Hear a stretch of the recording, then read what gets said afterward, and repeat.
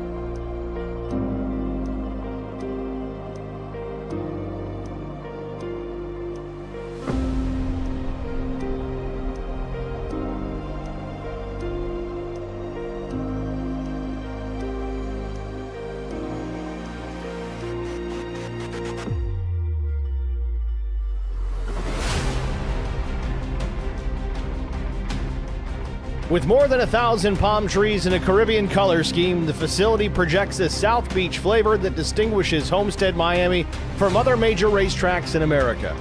It took a while longer, though, to get the right combination for the racing surface. In its first iteration, the track had 4 separate low-banked corners, reminiscent of a mini Indianapolis. That configuration failed to promote good racing and unfortunately also provided bad crash angles. Widening the aprons failed to correct either of these problems.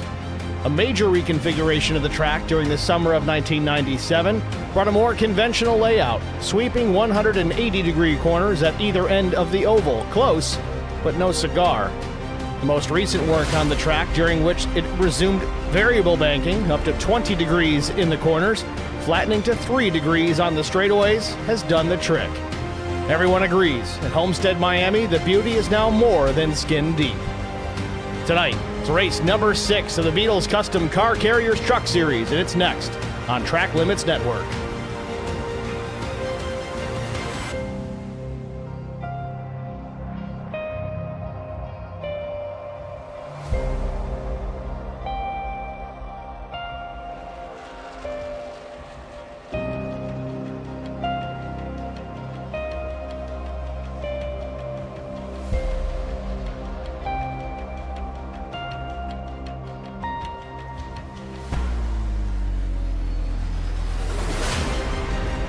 Good evening, everyone. Welcome to the virtual Homestead-Miami Speedway. In store tonight, race number 6 of the Beadles Custom Car Carriers Truck Series. Let's take a look at the race details tonight. 135 laps the race distance, 80-degree ambient temperature, even though we are under the lights tonight. 51% humidity here in South Florida. Clear skies, almost no breeze, very uncharacteristic of this part of Florida. Track temperature at 84 degrees Fahrenheit. Drivers working with a 60% fuel load this evening. 3 sets of tires over the wall. 4 if you count what they're going to take the green on. No fast repairs. Count them, 0 zip zillage. 3 attempts at the green-white checkered finish if necessary. Practice underway here at the Speedway. Not too much time left in this session, but with that, let's go down trackside and see who's got the best time to this point.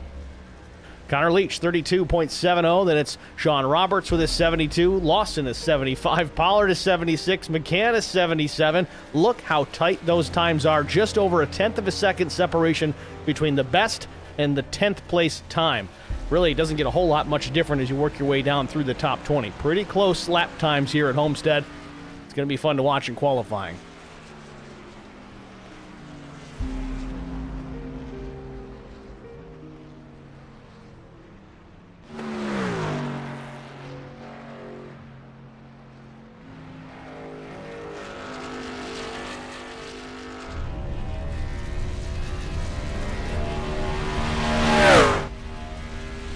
About 30 seconds left in the session. We'll get right into qualifying immediately after. Qualifying session will be 2 laps or 10 minutes. Whatever comes first.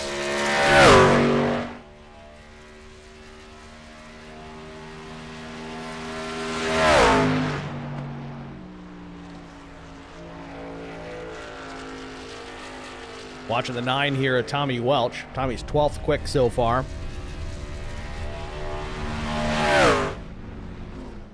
Mike Corvu in the number 97, 31st on the timing tower. In practice now, black and red flags on the session.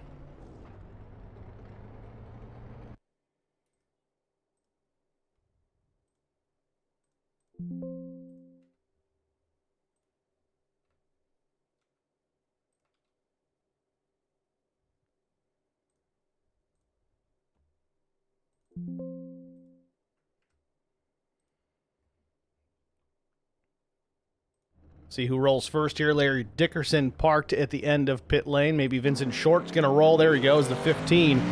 Vince Short heads out to start his qualifying effort.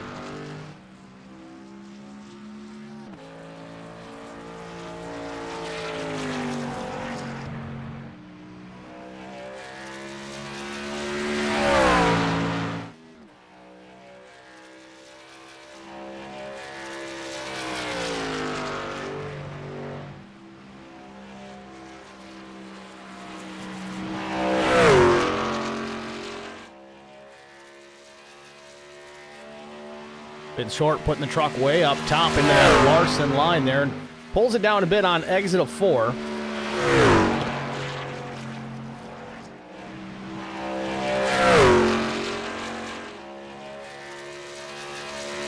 It's a tricky and very fine line you got to walk here at Homestead, especially in qualifying. You want to be up top, build that speed, carry that momentum. Yes, it is the long way around, but it is the fast way around. In qualifying, you're not too worried about tires.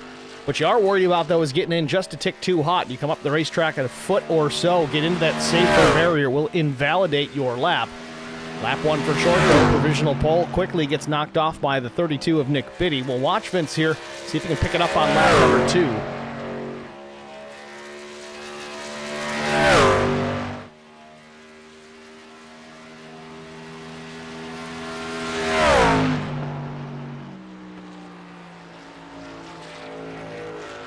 Brian McCann goes top time, 33:05.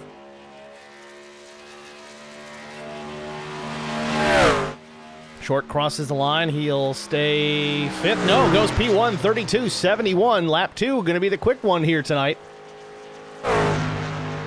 Now to the 7 of Brian McCann, 33:055. Currently sits 6th fast. Double O Joe jumps up to the outside front row. Still about a 10th off the top time. McCann, second quick, 32.800. Not fast enough for the pole either. Ryan Pasocco in the 2 out of Sturbridge, Mass.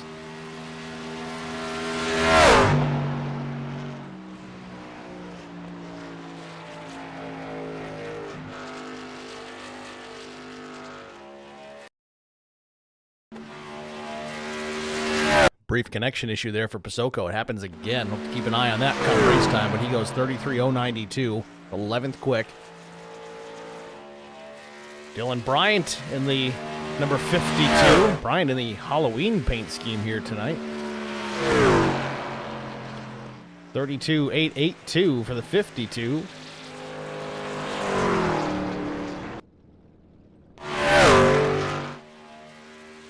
Aikman Pollard, number 25. 33.240, 15th quick for now. Up the racetrack, just scrapes the fence. That's likely to cost him.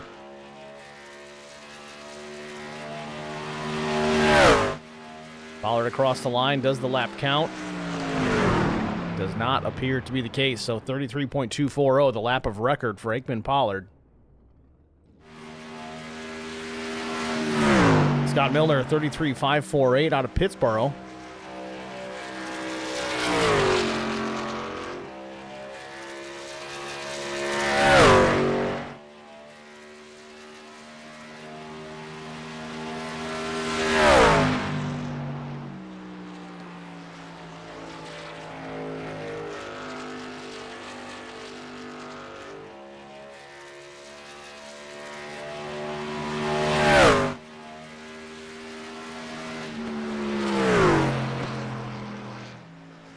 Second lap for Milner gets him to the top 10 for now, 32.956. Mark Truxell in the 5.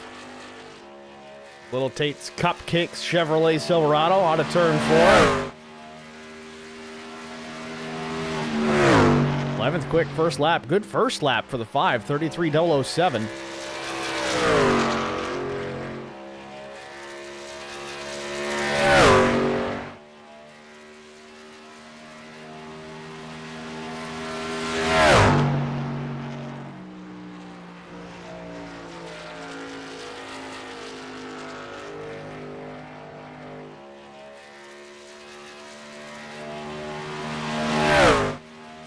Truxell back to start finish, goes 9th, 32.875. Good lap for driver the number 5. Just over 5 minutes complete here in qualifying. Jason Steptoe on the track, 23rd quick on his first lap, a 33.338.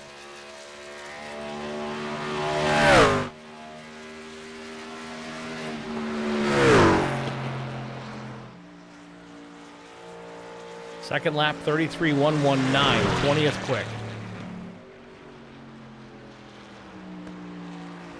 Jesse Redding out of Knoxville, Iowa.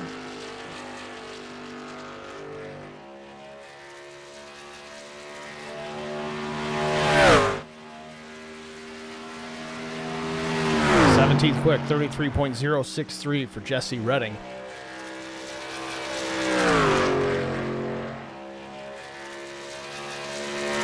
Vince Short, Brian McCann, still the top 2 drivers here in qualifying. Short, 32.71, almost a full 10th faster than the next driver in line.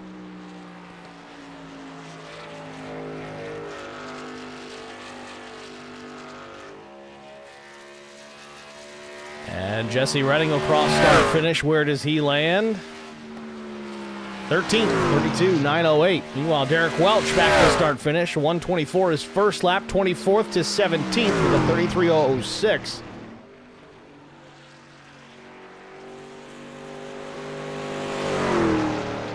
Chris Goins out on the racetrack with the Waterman Fish Bar number 4. Goins out in the F-150 here tonight. Takes the green flag on his attempt with just about 3 minutes left in the session. Time to beat, 32.71 by Vincent Short, driver number 15. Track Bar Media Machine.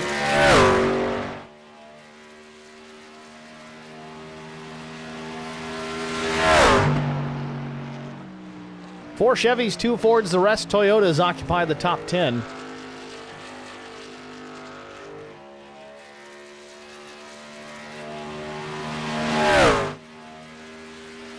Goinsy crosses the stripe, 33.255, 29th fast. See if he can pick it up here on lap 2. He's going to need a big pickup to get it done. He's going to need about half a second, really, to knock Vince Short off pole.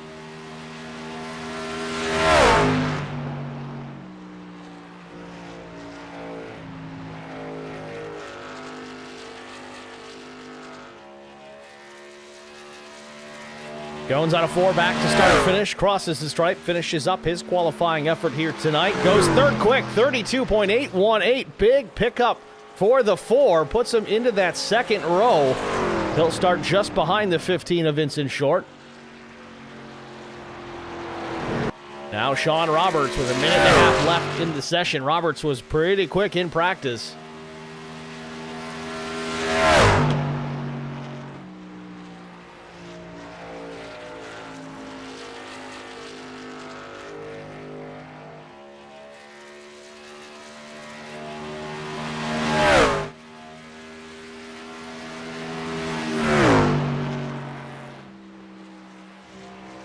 Roberts a 29th quick time, 33.204.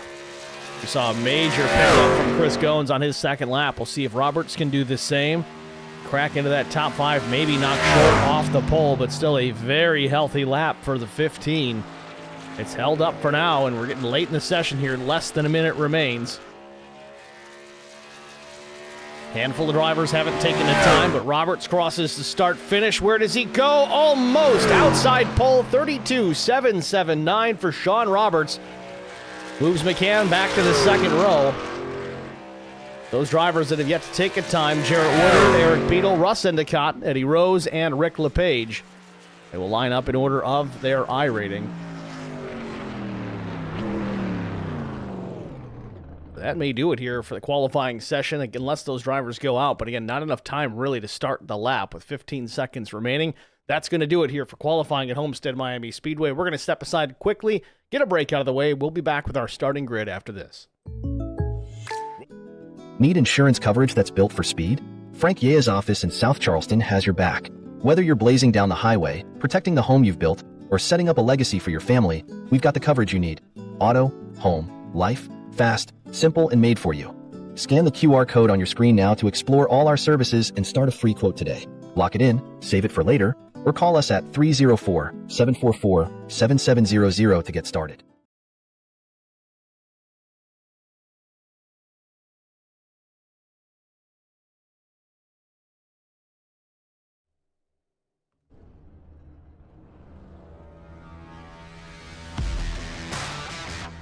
Back to Homestead-Miami Speedway. Let's take a look at the starting grid here from race number 6 on the pole position with a lap time of 32.719 seconds. It's the 15 track bar media machine of Vincent Short. Outside pole, missed it by 60 thousandths of a second. The 333 of Sean Roberts. Row number 2, it's Brian McCann and Chris Goins. Row number 3, it's the 9 of Tommy Welch with Drew Blaze starting in 6th. Row 4, it's the 00 Joe Bennett and Justin Lawson. Row 5, a name from the past, the LSR driver, the 81 of Brandon Minnick. To his outside, the 71 of Connor Leach. Starting in the 11th position, it's the 32 Sisk Speed Shop entry of Nick Biddy. Mark Truxell will roll from 12th.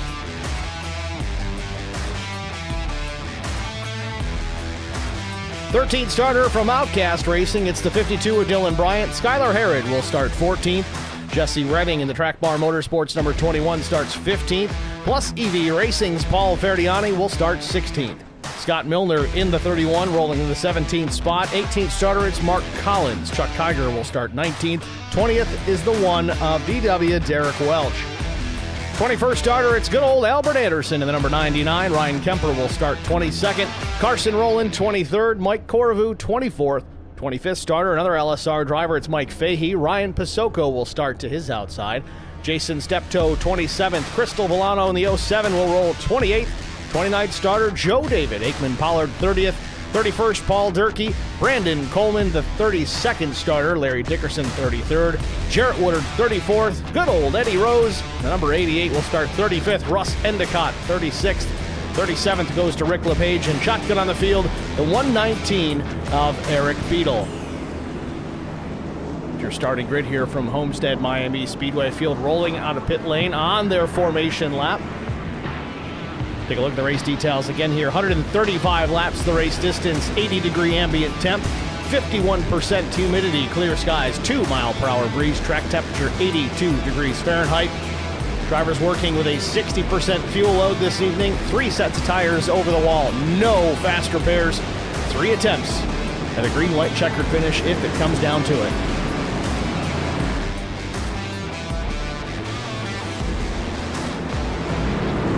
Field still trying to get lined up. Double file might go an extra lap here. We'll see.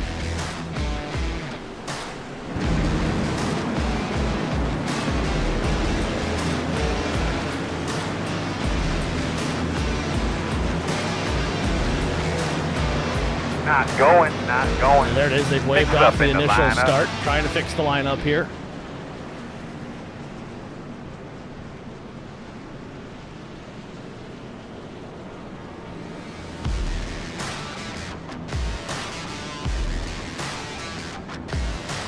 Looking around at this racetrack on a scenic aspect of things, it looks like they've included this track in one of the recent visual updates, not to mention the better lighting that they've added recently, but track looks busy, full, a little more detail, some more campers, some more trees. Starting to look legit here at Homestead. iRacing did a good job in this.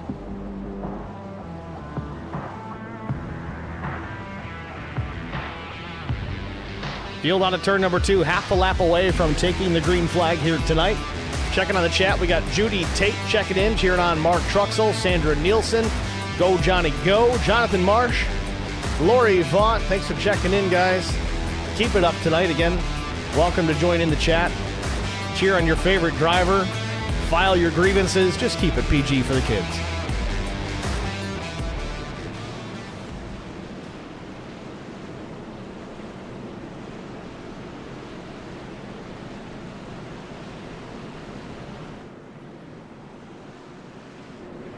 Field out of turn 4. Pace truck lights have gone off. We're lined up double file from first to worst.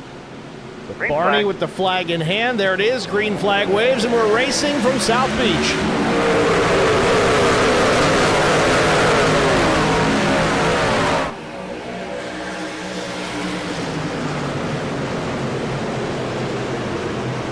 Brian McCann jumps to the early lead, but on the outside with the run, it's Vincent Short trying to get heat in the tires, but the caution is out already. We've got trouble in middle of 1 and 2 on the exit of turn 2. Some trucks around already. There it is, Mark Collins with the 2 of Ryan Pasocco. Didn't take long.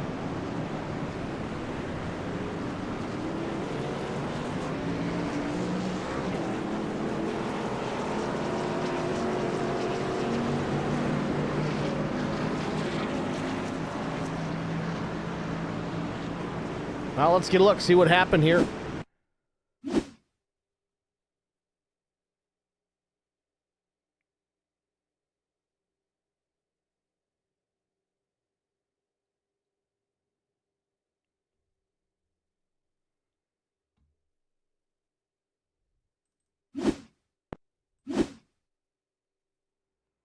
Pasocco gets into the back of Mike Corvu, but the wreck happening up ahead. Looks like Mark Collins and Sean Roberts kicked this one off. Everything else was after the fact.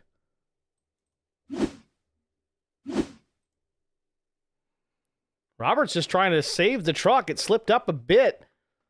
Chris Goins gets the left door slightly as Roberts was trying to save it. Mark Collins comes in and just drills him. And then Ryan Pasocco kind of does the same right in the driver's door of the 23.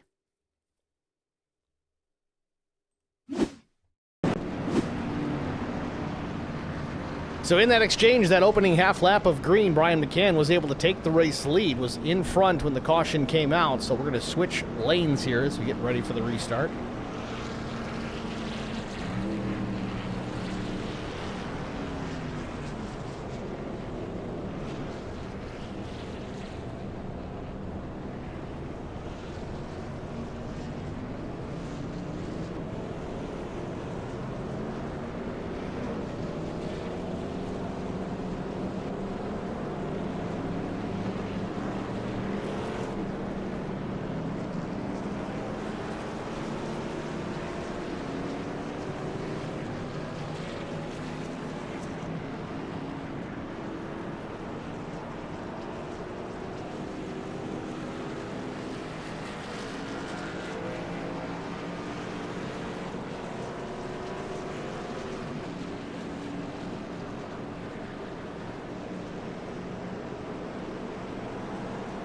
So current top 10 as we work the caution for the first time. Ryan McCann, Vincent Short. Looks like Double O Joe, Brandon Minnick, Tommy Welch, Connor Leach, Justin Lawson, Nick Biddy, Dylan Bryant.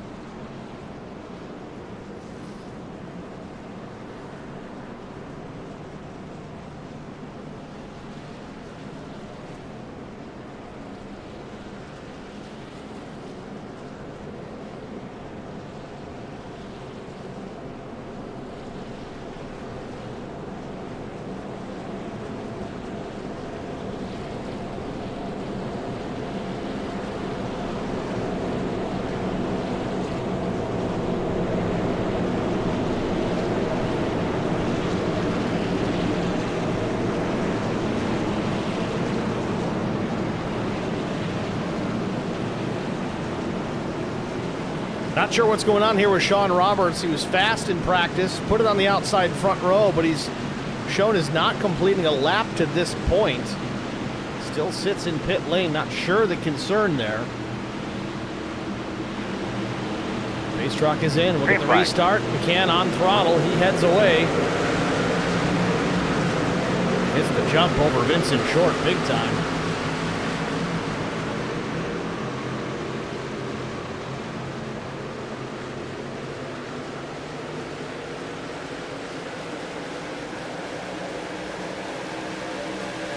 Man, McCann shot out of the cannon.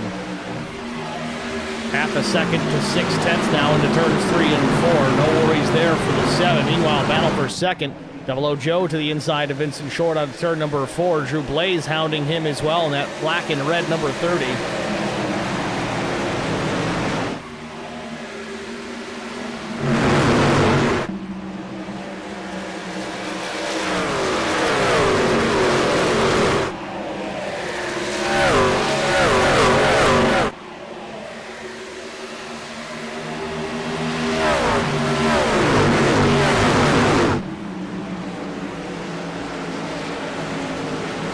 With some new colors on that truck this week, the Fast Shocks Toyota.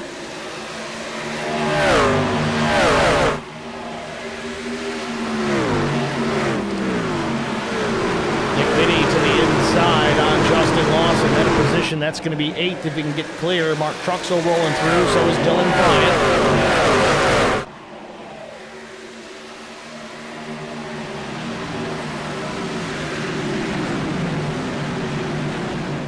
Still trying to figure out why Dylan Bryant's running a Halloween scheme. I mean, it's a good-looking truck, but it's March, buddy.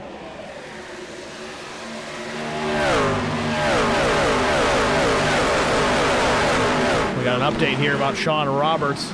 This one over already for the 333. Race is over after one corner. Contact and a failure of the engine after the fact. Go back and get a better look at it here from the 333. Watch Sean Roberts again. This is kind of what kicked it off. Little tank slap here on the opening laps. Cold tires.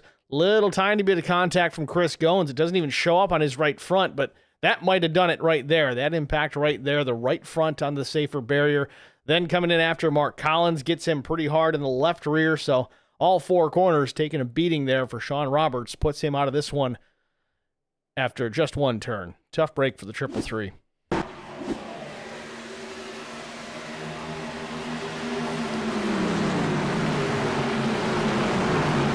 McCann was quick to jump out front, but reeling him back in. The 15 is short.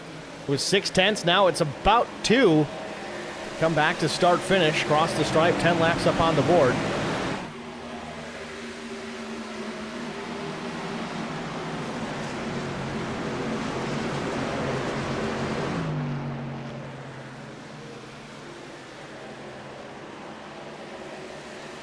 Lawson real loose out of turn number 2, saves it. Nick Biddy going to try and take advantage of it. Lawson to the bottom, Biddy up the racetrack. Dylan Bryant working the high side as well. Albert Anderson in that line. Dickerson slips up the track too. Not sure if there was contact initiating that one.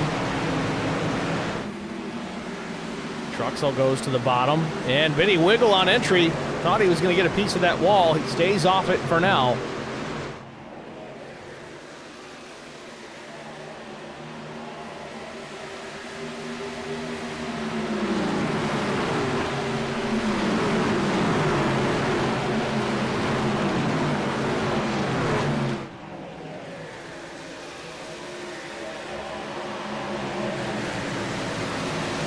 Nick Biddy still trying to make short work of Justin Lawson. He's got to put the effort in. He gets clear, swaps lanes, crosses over the nose of the 20. Now to the bottom of the racetrack goes the 32. Lawson sticks it still into the middle. Up the top, though, it's 5 of Mark Truxell.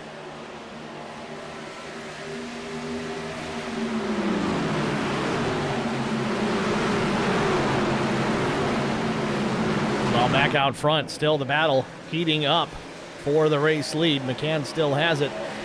Vincent Short closing in, trying to do something with him.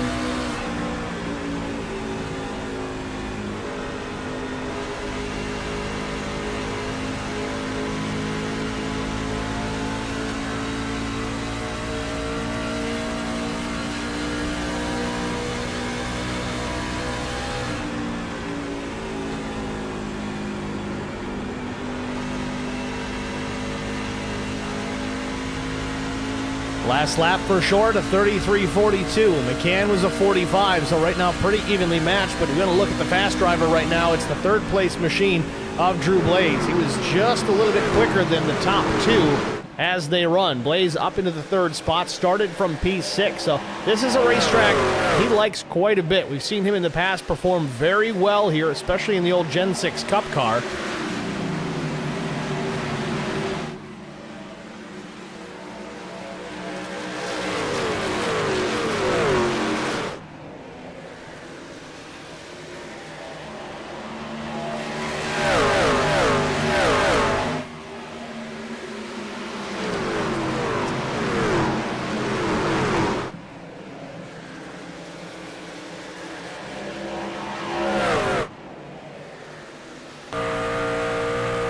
On board now with Brian McCann, looking back at Vincent Short. Still doing a good job holding him off. Last lap for McCann, a little faster than Short that last time. Same situation there for Drew Blaze.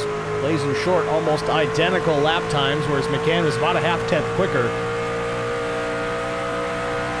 Cross start finish, now Short takes it back, about 7/100ths faster.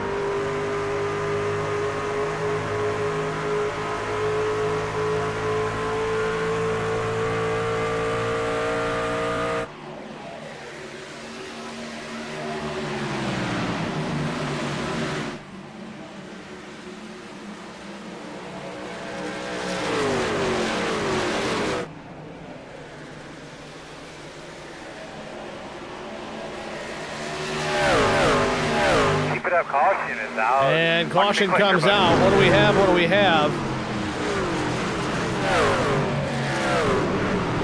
Eric Beadle potentially. Yes, Beadle trying to get that truck righted.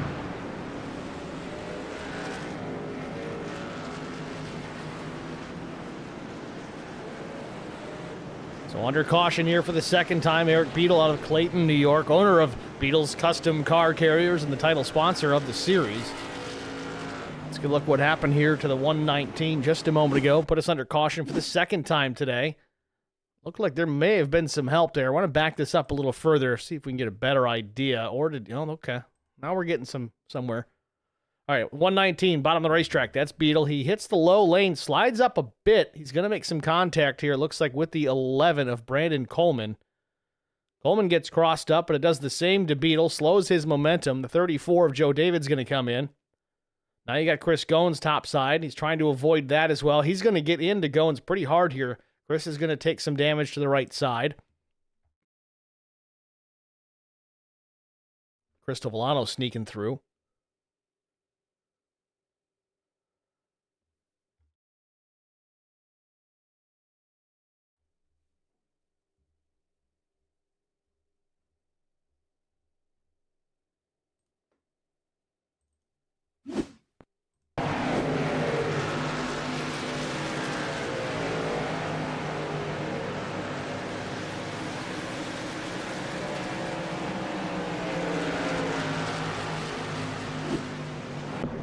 So pit stops underway here at Homestead. Brian McCann's going to pull his number 7 into his pit stall. Vincent Short in that number 1 pit stall. He'll come to rest in front of his crew. It's going to be fuel only, it looks like, for just about everybody. McCann's going to win the race out of pit lane.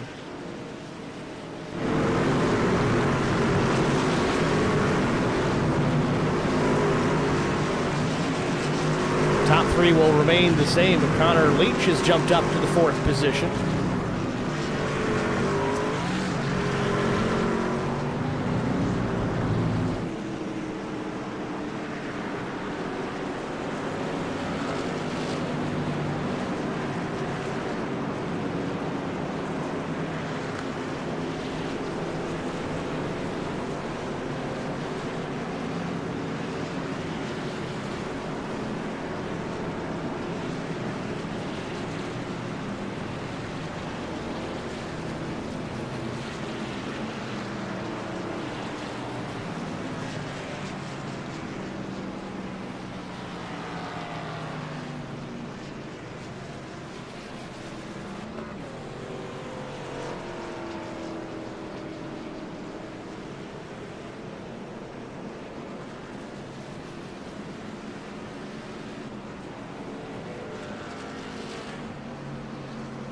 So lights are out on the iRacing pace truck, so we'll be green next time by. I believe they're out.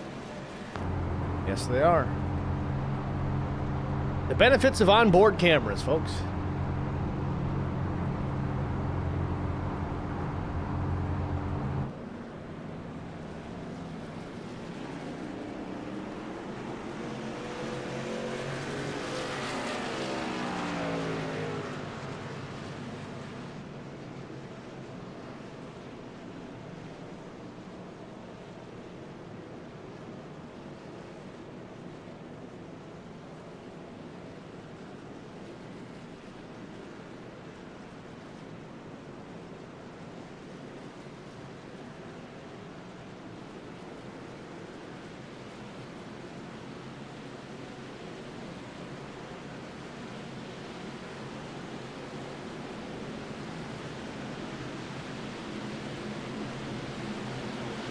Green flag back in the air. McCann hard on the throttle, gets a good jump, but a quick reaction by Vincent Short. Drew Blaze more of the same.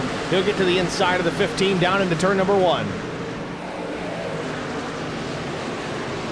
Short working the top side. He's going to have a big run here out of turn number 2. Kind of a great way to build up some momentum, though it does cost him a spot or two. Slides back to the 4th position with Double O Joe just out the back window.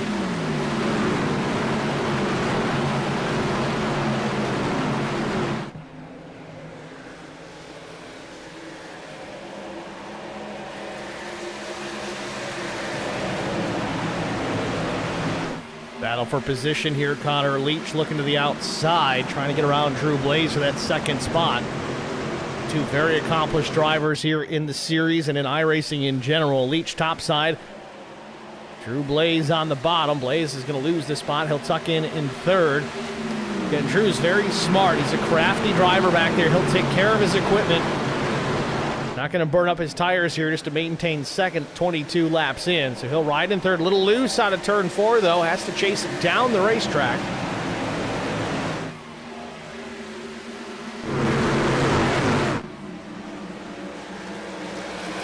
Lawson way up the top side as well. So the driver's starting to tuck back down to the bottom. It's so tempting to go to the top end of the racetrack as it can be very quick. It is a fine line to dance, but guys tend to burn up the tires up on the top.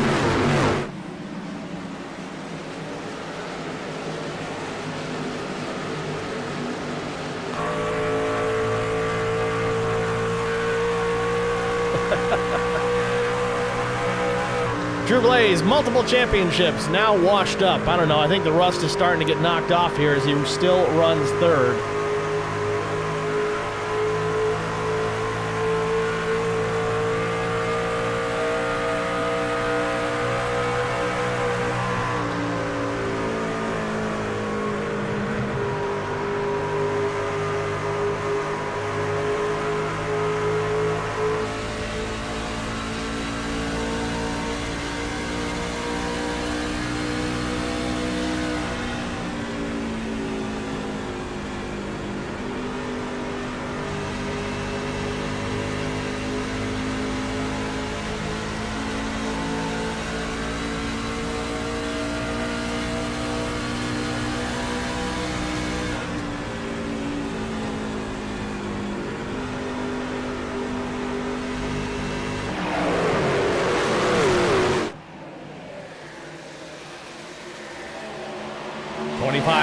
Complete here at Homestead. McCann still leads.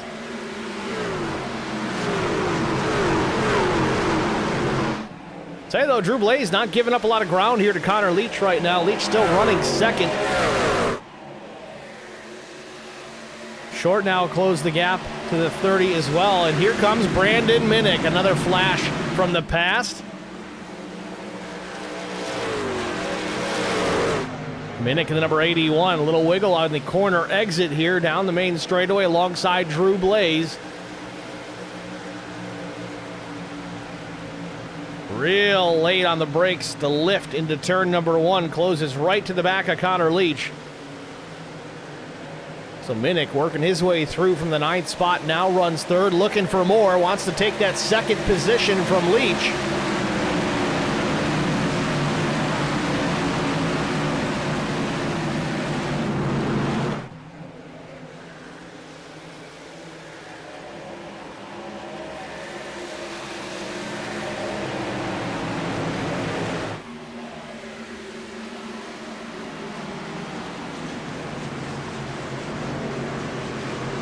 So Brandon Minnick now to the second spot. I'm going to be really excited to watch the battle between Minnick and Brian McCann here when that battle for the lead starts to shape up. We know the ability level of the driver, that number 7 Chevrolet Brian McCann. He's got experience in this system, in this service for quite some time across all different vehicles, whether it's the Cup Series, Next Gen, Gen 6, Xfinity cars, trucks, you name it, it doesn't seem to make a difference. McCann can get it done.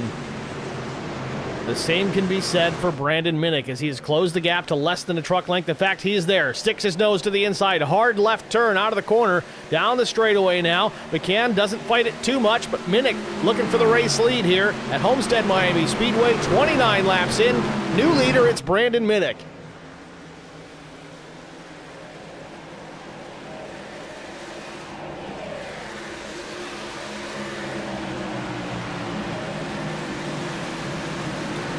So we watched this. I was wondering how he was able to run up through the top 10 so quickly. Minnick did take a set of tires there on that lap 18 caution. So 4 tires in fuel, whereas everybody else in the field opted not to. Could play a part later on in this race. There's only 2 sets left over the wall now for Minnick, so he's going to have to manage those tires respectively.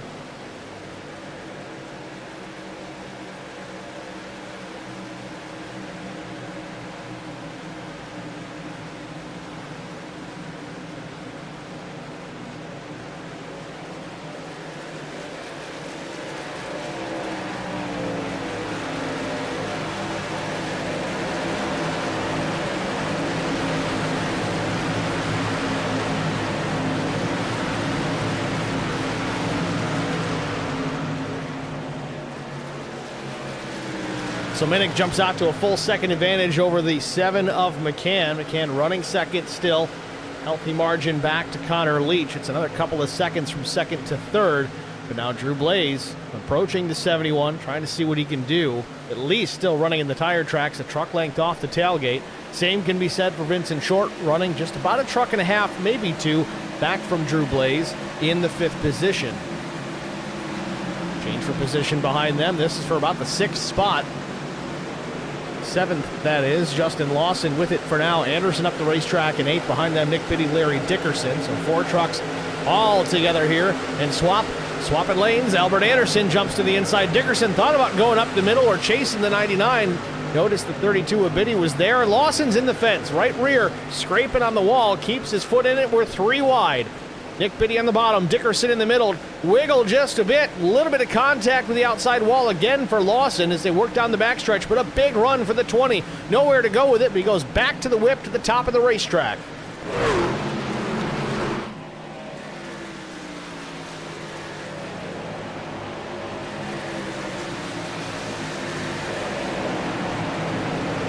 Big push from Dickerson on the back of the 20. Upsets Lawson a bit into turn number 1. Has to correct the truck a bit. Doesn't lose too much ground, though. Dickerson still right there. Anderson hanging on to the 7th spot for now. Biddy alongside Lawson still.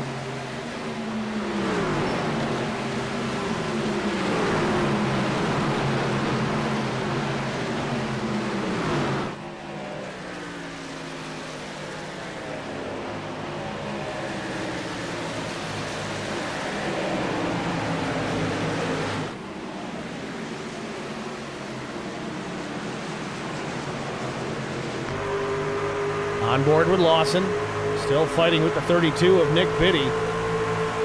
This is the fight for the 8th position.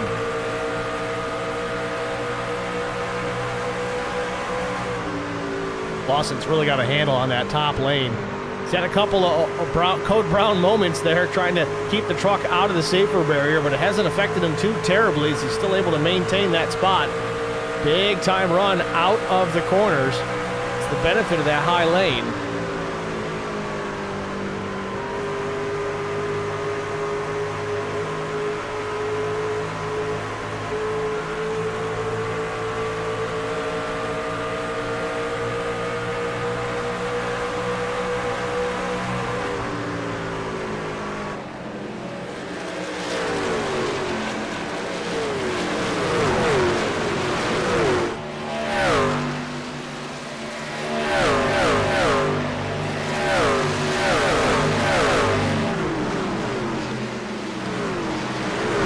Further back, more battles. Side by side for position. Skylar Herod in 13th. Tommy Welch in the 9 at the top. Dylan Bryant, Derek Welch, Jesse Redding, all part of this as well. And then further back, Mark Truxell.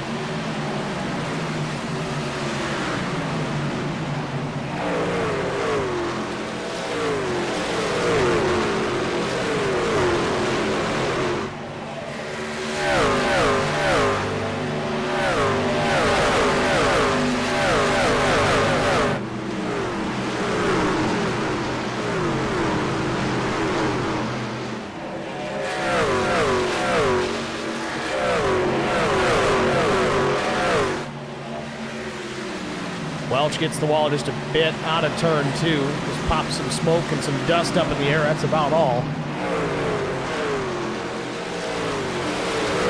Dylan Bryant going to go back top side here, see if he can build a run around Derek Welch, or maybe Welch is making the move to the inside.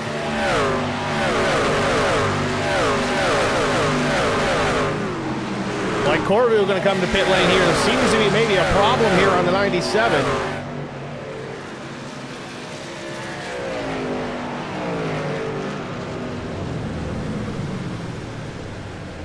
Seems a little premature to make this pit stop.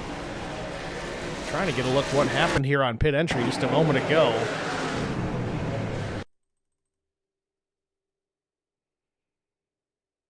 Looks like Mike might have got the... Yeah, he did. He didn't go in intentionally, I don't think. If he was, he had a problem. Yeah, he was coming to pit lane, but got it on the flat. Too much rear brake, it looks. Tried to slow it down. He was way too fast to get into the pits.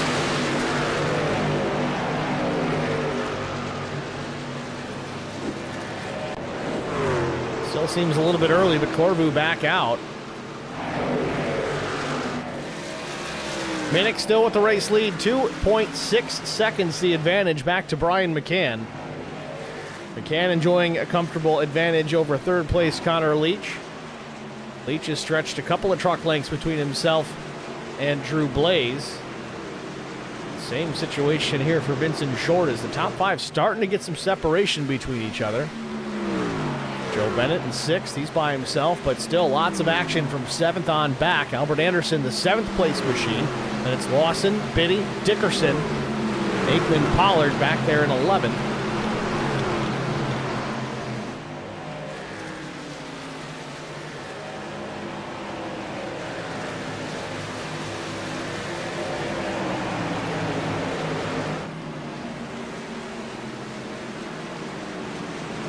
Well, if we get a caution soon, it's probably going to be from these 4 drivers here.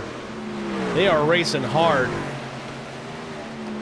Little wiggle there from Albert Anderson. That breaks his momentum in front of Lawson. Lawson will stick his nose to the inside into turn 3.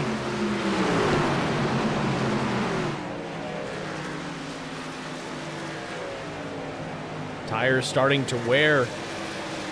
And Lawson's now loose out of 4. Same scenario for Albert Anderson. Big push from Dickerson. They were pushing the pusher there for a moment.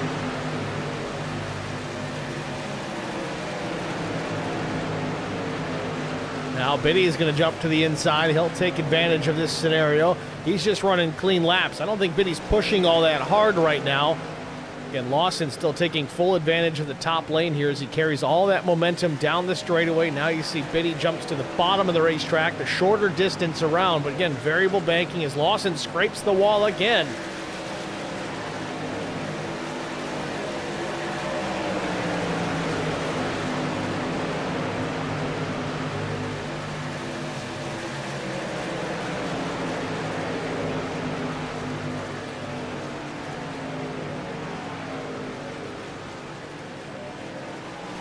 Again, last pit stop's about lap 18. Again, with a 60% fuel load. Might start to see some pit stops here soon for fuel. Again, I don't necessarily know the fuel window this evening.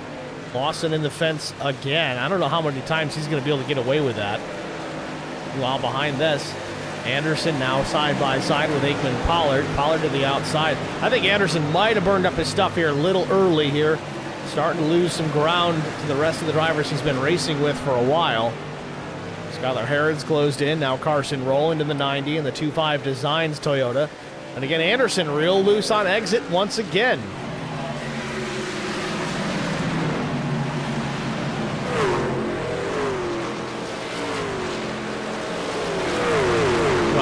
Dickerson working his way back through. He's up into the 8th spot. You know, Albert Anderson's going to make the trip to pit lane. So is Tommy Welch. So already some takers here. Lap 45, 46, depending on which position you run in. Paul Durkee, Rick LePage also in the pits. Durkee in the Chicken Cock Whiskey number 13. It's not a joke, folks. It's a real whiskey. I've seen it in the stores. It is pretty funny, though. Paul Durkee down and away. Tires and fuel for the 13. Likely the story for everybody else. Albert Anderson clearly was having some handling problems, so decided it was time rather than lose ground on the racetrack. Might as well bolt on some freshies and get back out there and see what it can do for him. Scott Milner in the Snap-on 31 comes down to pit.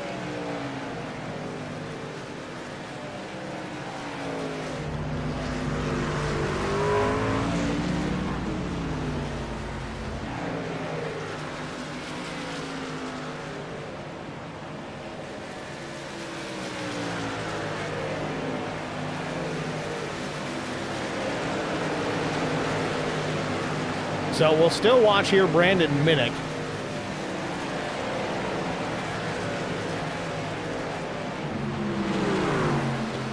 Minnick's still the race leader, but again, you got to keep in mind, he was the only driver to bolt on 4 fresh tires in that last caution about 30 laps ago.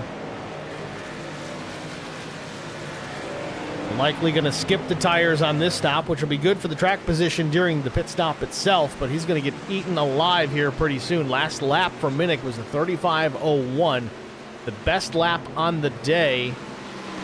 Trying to look through here and see it. It appears to be Brian McCann. McCann ran a 32.89, so we're talking 2+ seconds of tire fall off over the course of the run. So if Minnick has to come down and pit without taking those tires, it's going to cost him for a while, but it'll put him back on the same general sequence as everybody else. They'll leave him with 2 sets of tires at that point. Connor Leach is going to come in from the top 5. He'll make his pit stop.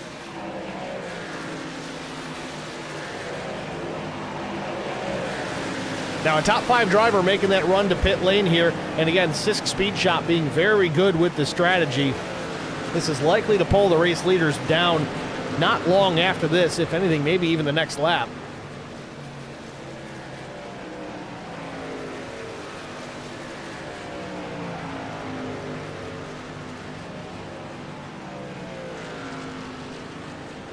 So 4 tires and fuel for Connor Leach.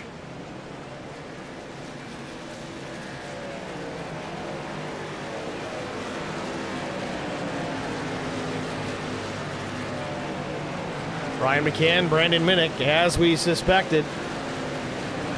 Oh, Minnick gets the wall. He's going to have to reposition that truck too far to the left. Can't get the jack underneath it. Still having struggles.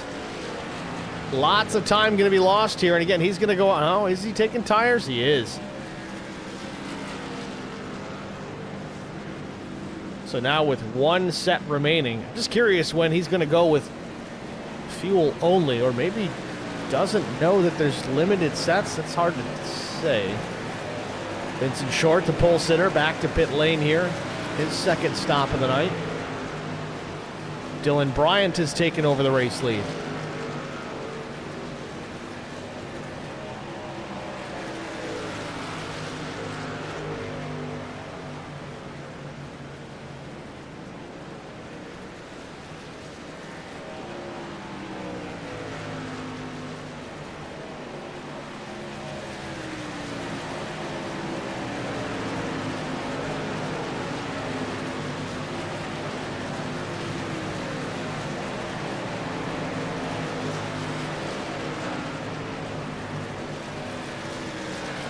Dylan Bryant from the lead. Paul Ferdiani, Crystal Bolano, Chuck Kiger, Brandon Coleman all going to head down.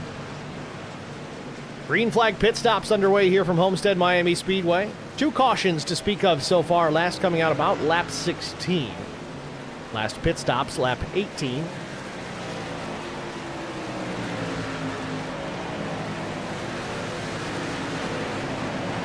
So about 30 to 32 laps, we'll call that the fuel window for these trucks, and 60% load.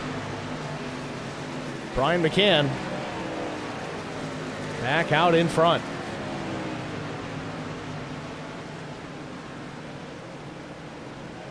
So things have switched up a bit now. Second place, Connor Leach. Remember, Connor was one of the first to come down, kind of the undercut strategy. Caution. And the caution comes out. Joe David in trouble. All ready to pit lane here. I think it does appear, I think we got everybody through the pit cycle prior to the caution, so that works out nicely. Let's get a better look here. I don't know if this was drivers coming out of the pits that caused this. We've got Endicott. Endicott goes up the racetrack. Joe David stays to the bottom and drives it down. Endicott loses it. Starts to turn down the racetrack as he got loose. It's going to cause David to get crossed up and then a wreck after the fact. Eddie Rose gets through. Tough break.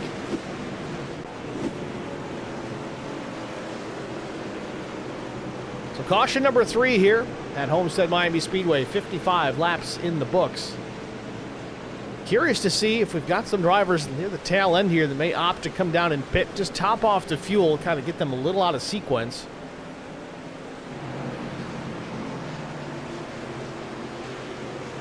Again, about 30 to 32 laps, the fuel window here tonight.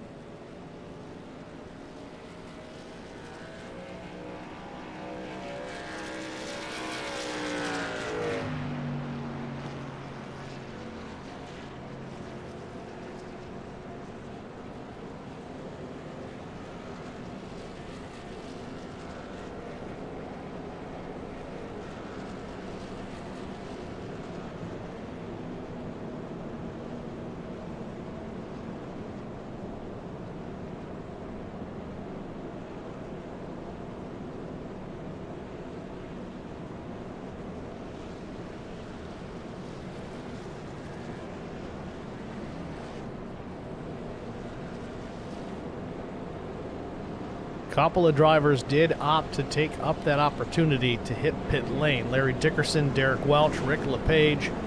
Looks like Chuck Kiger did the same. Chuck might have had some repairs that he had to make to his machine.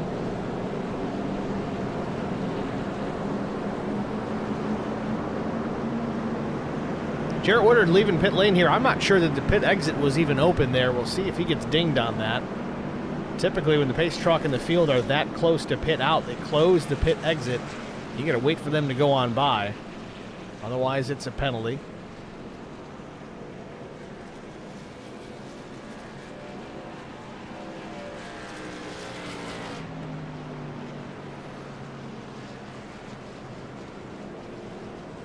Oh, Woodard's got other problems. He's in the fence here.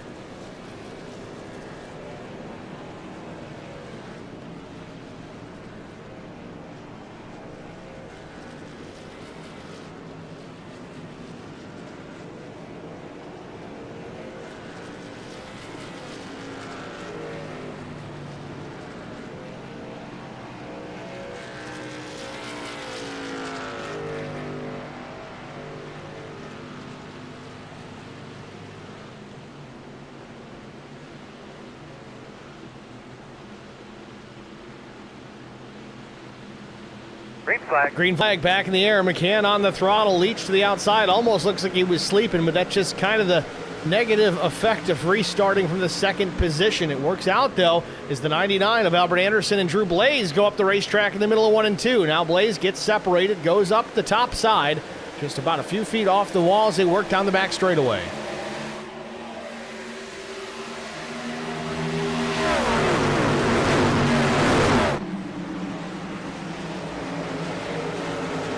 Anderson gets that third spot. Blaze tucks in behind.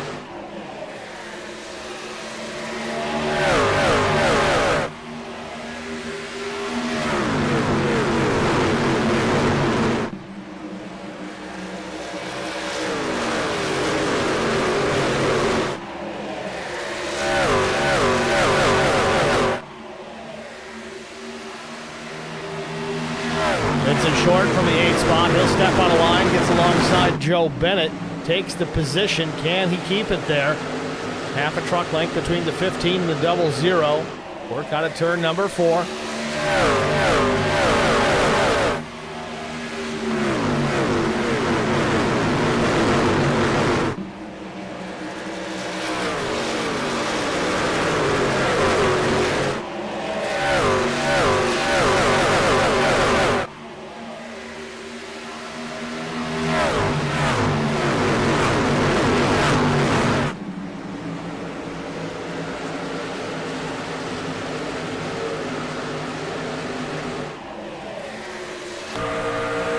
On board with Brandon Minnick. Brandon out of Monroeville, Indiana. My grandmother's hometown. Not even joking, folks. I'm up here in Rochester, New York, but my dad's mother, born and raised in Monroeville, Indiana.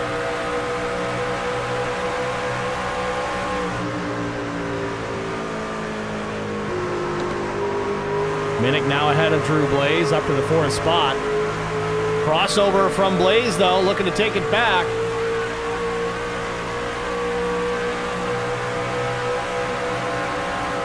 Wow, Minnick drove it in deep.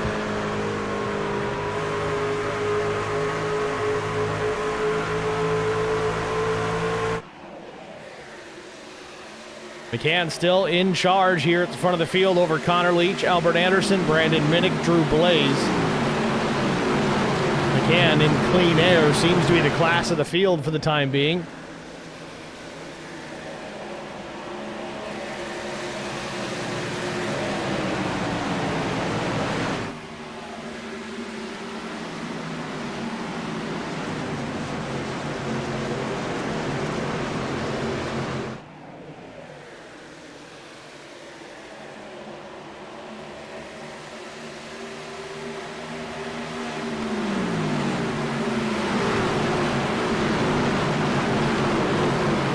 Trying to change lanes here, different approach here to get around the 99 of Anderson. Big run, but hard left cut out of turn 4.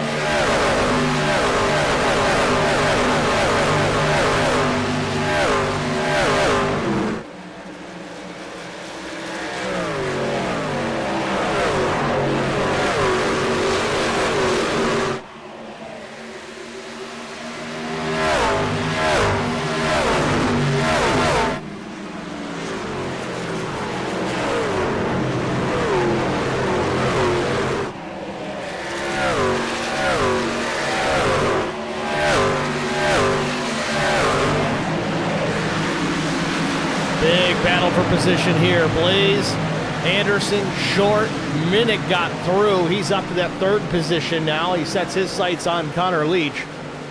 See if he can run down the 71. Now we watch the battle of Vincent Short and the 99 of Albert Anderson. Short drives it in deep to the back bumper of Drew Blaze. Lifts just enough. Now has some separation between both the front and trailing trucks.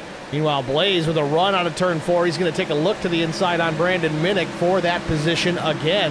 These two have raced together for quite some time, but they go back and forth here at Homestead as we approach halfway.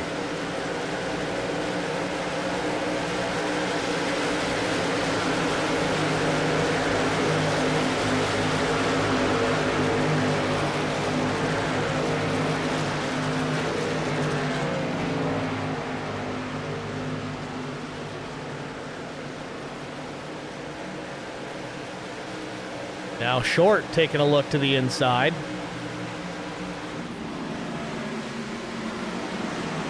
Drives it in deep into turn 1, and without much of a disagreement there, Blaze gives it to him. Short now moving up to put some pressure on Minnick. Again, Vince was a pole sitter, so this is to no one's surprise. He's got pace around here. Just got to see if he can make it last.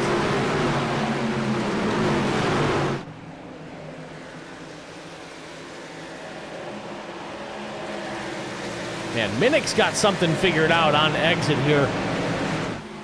Runs the top, but then he pulls it down hard to the left. Kind of shallower exit instead of keeping the truck all the way up to the top of the wall. He pulls it down, which I got to imagine is kind of beating up that right front tire, but man, does he get a heck of a run in doing it. Trying to get a look at it from the air this time. Watch the 81 truck of Brandon Minnick. He's running about the middle lane. Truck comes up just a hair to the top, and then hard left now. Interestingly, Blaze was running the bottom there, and he closed the gap pretty considerably. But that seems to be the line that Minnick is running. It seemed to be working before, but now Minnick up the track and in the fence. Scrapes the right side on the safer barrier in the middle of 1 and 2.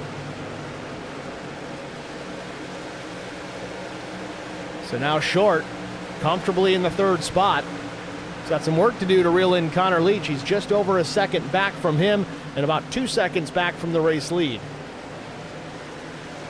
69 laps complete here at Homestead. We're past halfway. We're going to step aside, get a track limit side by side. Stay with us. We'll be back after this. I met Marco Sgarza when we were doing radiothons for St. Jude Children's Research Hospital. We needed sponsors to help us raise money, and he's always the first one to jump in. I would describe Marcos and his team as upstanding, someone you can trust, and he is just a genuine guy.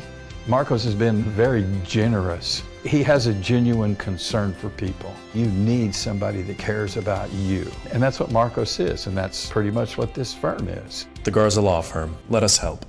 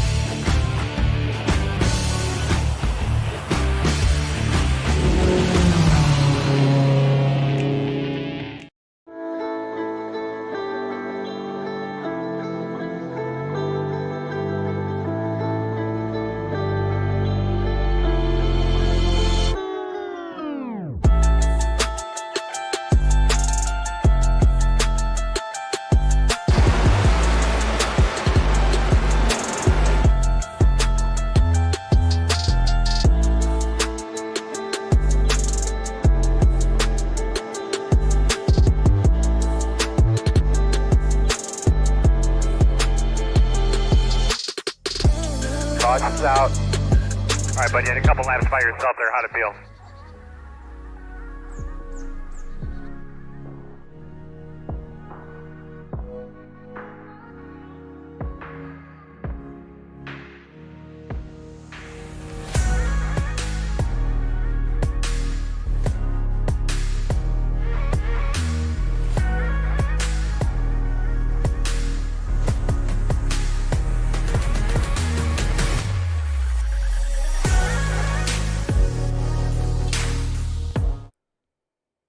Back at Homestead-Miami Speedway under our fourth caution of the night. You saw it happen during the side-by-side. We'll get another peek at it here. Seemed to be a chain reaction incident here down the back straightaway. I think Lawson might have got up in the wall after contact with Dickerson. Slows his momentum, and there it is. Just the domino effect. Everybody running into everybody else.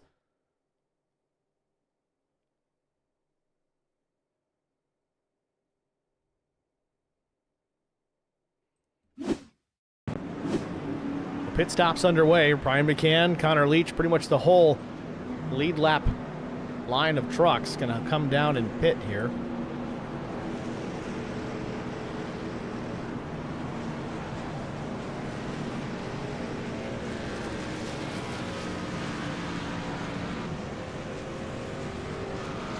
Curious if Minnick is going to go tireless this time. It looks like he is. Fuel only for the 81. 7.9 seconds to stop. Joe Bennett went with no tires as well. He'll actually win the race off pit lane.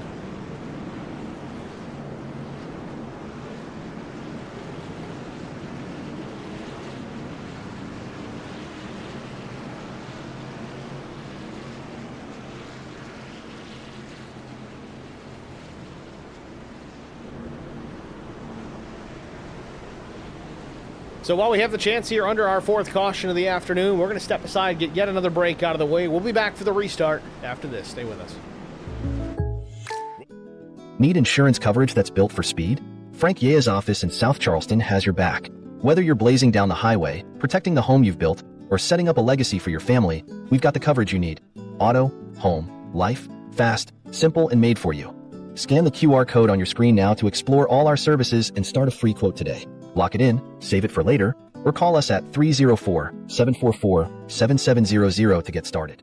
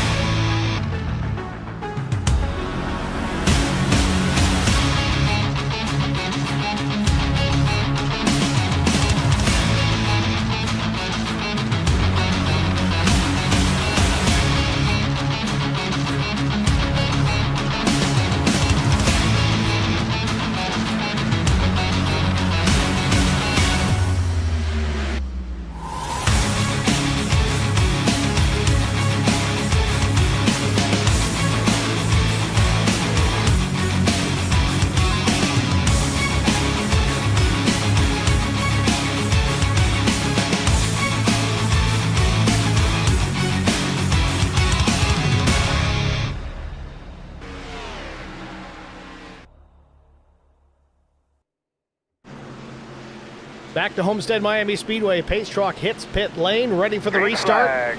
Green flag is in the air. Double O Joe on the gas.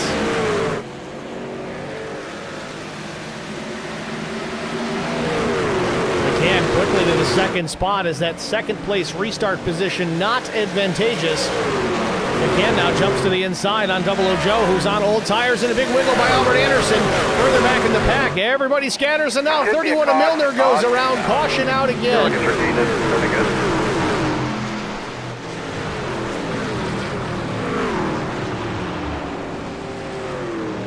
Oh, Milner turns hard left, and it looks like Jason Steptoe is right there to his inside. I don't know what that's all about.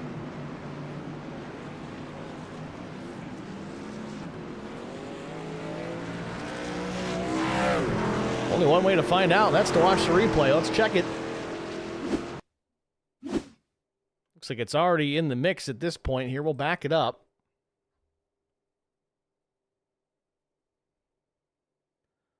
So it looks like Tommy Welch here is the first driver to start to go around.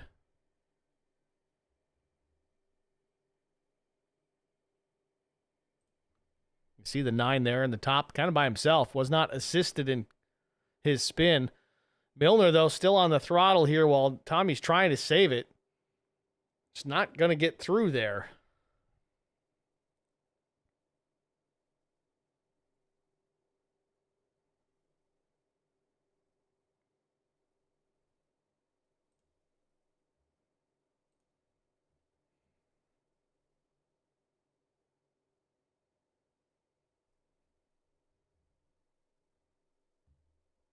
Those of you tuning in to see Mike Fahey wreck, there it is. And I really don't know what's going on here. What happened with Steptoe is he just comes in and drills the 31 of Milner in the door. I don't know if he was locking up the brakes and it came around on him.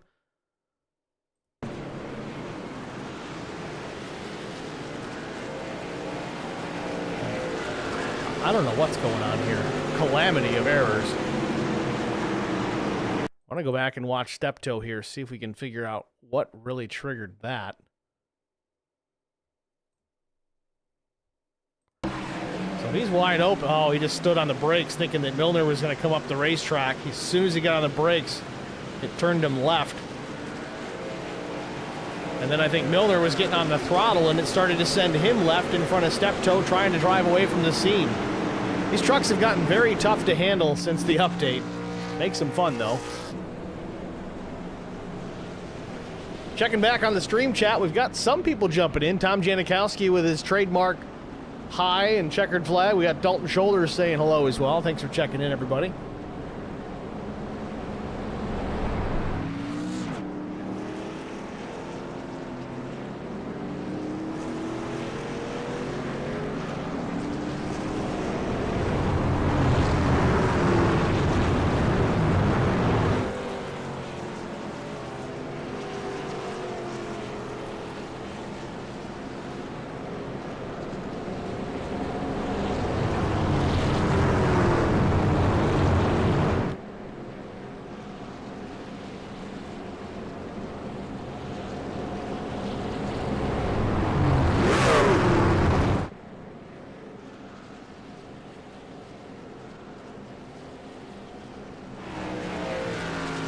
Gonna be lap 82 when we get the restart here.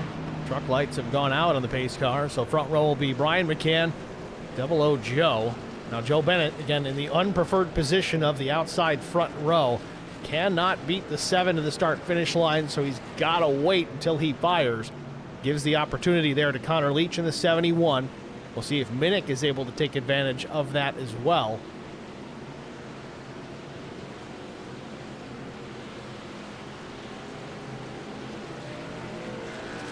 Green flag. And there it is, green flag back in the air.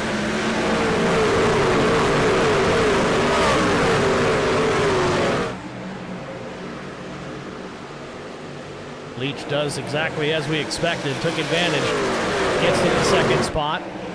00 Joe back to third.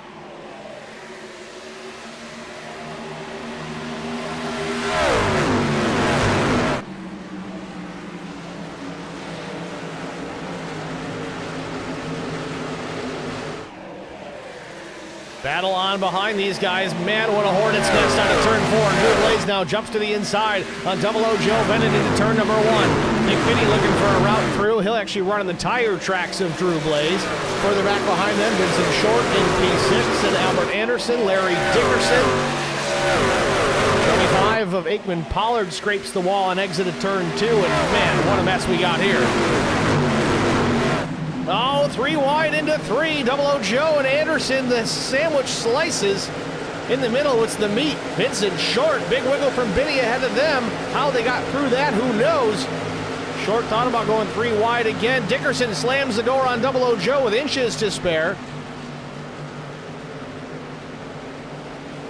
Wow. Loose on exit is Nick Biddy. Same for Albert Anderson. Really cost him some momentum. Allowed Biddy to close up, but Nick didn't know if he had room to the inside. He stays up to the top side of the racetrack and see if he can build a run on exit. McCann still the leader over Connor Leach and Drew Blaze. That's the top 3. We watch 4th, 5th, 6th, and 7th here.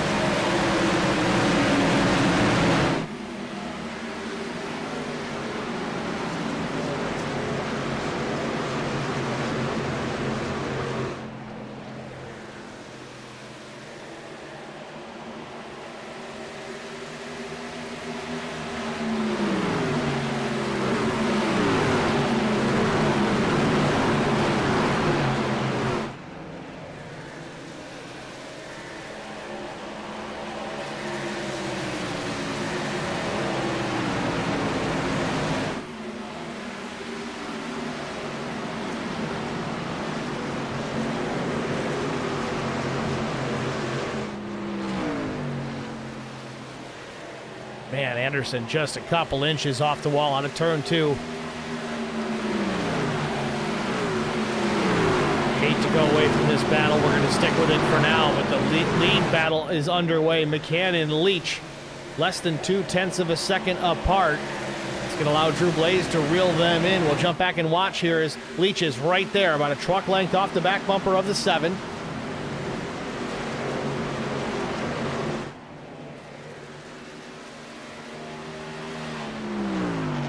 Oh, Dickerson and Biddy almost come to blows. They might have made some contact off turn 2. They both drive away, no problem. And Dickerson's on a mission here tonight. He seems to like this place. Way up the track, though, throwing sparks, right rear in the fence. Not lifting.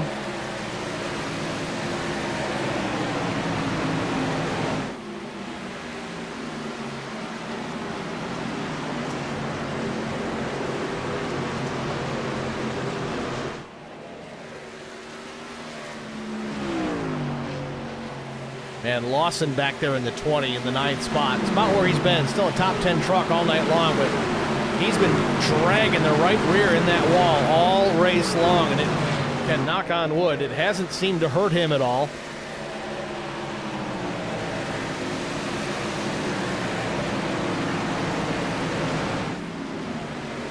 Got Frank Griffin in the chat, says, tell Steptoe he'd run better in a Ford. Only if it was a fast tow truck.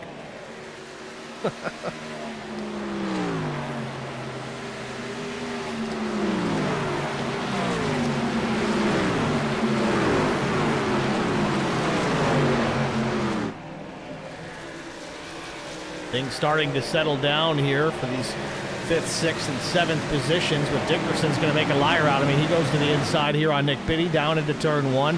Had the position, had the run. Can he finish it? Forces Biddy to stay up top. Man, they're close. Inches separating the 69 and the 32. Dickerson's got it for now. Out of turn 2. Biddy thought about swapping over lanes and checking to the inside. He might still do it. In fact, he does. Pulls it hard left.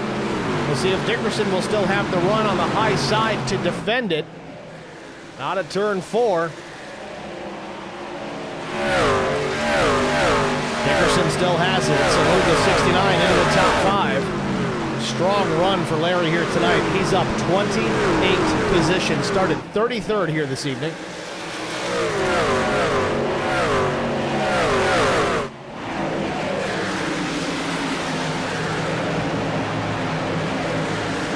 Up front, Brian McCann may have grabbed another gear as he starts to stretch his legs. Put some distance between himself and second place Connor Leach. It's now 5.5 tenths. McCann now back to the main straightaway.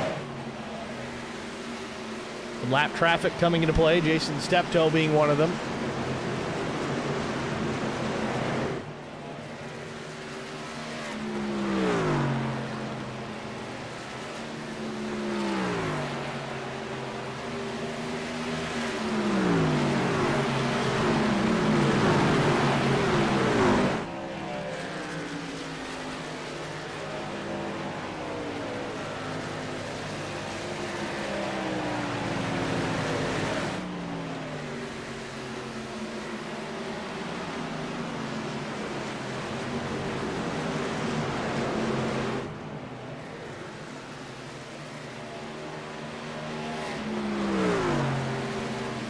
Big wiggle for Nick Biddy out of turn number 2. Smacks the wall just a bit.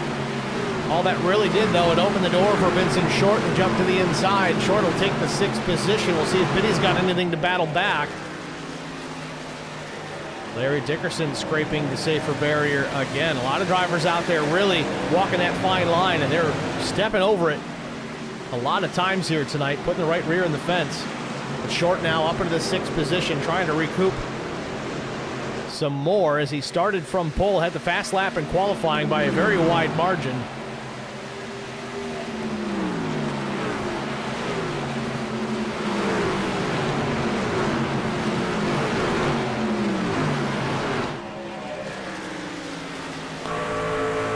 On board with Larry Dickerson, trying to hang on to that 5th position with Vincent Short closing. Last lap for Dickerson was a 34.04, but Short a 10th faster with a 33.94. Again, fuel tank starting to get a little bit light here as we run near the end. Last pit stop's coming lap 75, so still probably 10 laps or so before we see more pit stops. That's going to put these guys right to the edge of the fuel window to make it to the end of this race. figured 30 to 32 laps was the max.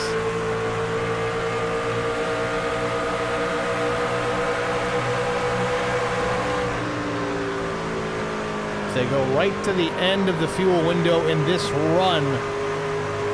Should give everybody enough to make it to the end, and maybe a little insurance if we get a green-white checkered.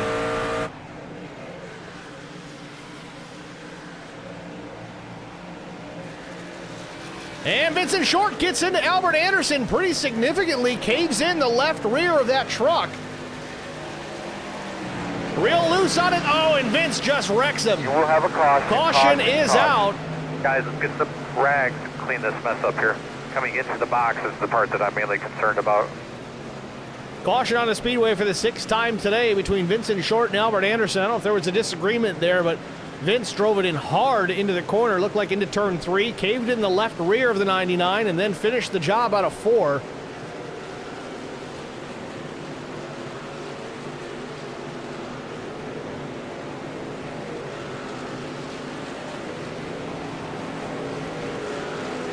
Get a look at it. So this is after the initial contact, and I think that's really what caused the end wreck here. Oh, wrong button.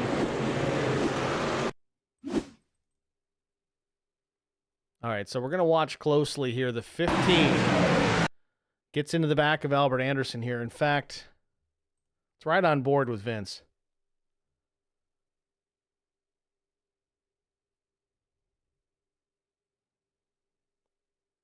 There's contact number 1.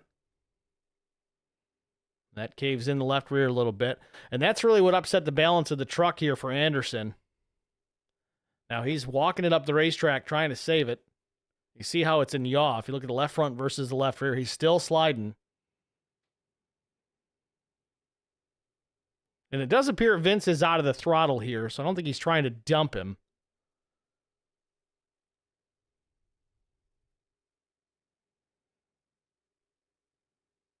Yeah, it's tough to say if Albert would have been able to save it or not, but Vince takes the opportunity away when they make contact. I want to watch this here in real time. See if we get a better picture of things with some audio. Well,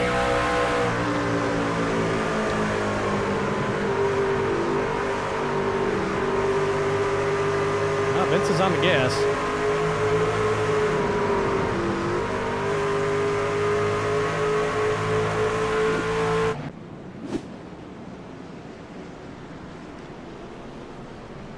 So, pit stops. Everybody kind of having their hand forced here with this pit cycle right now. We are not in a window where we can make it to the end. And a lot of drivers recognizing that, well, at least some. Redding, Welch, and Coleman, they've all stayed on the racetrack. Last pit stop for Redding and Coleman was lap 75. Welch was lap 79. They're going to need to make a pit stop regardless before this one's over, but all the drivers that came down in pit this time, it's lap 98. That would be a huge fuel save to make it to the end. Again, we're pretty sure 30 to 32 laps is about the distance you're going to make it, and that would put them a few shy. We'll see.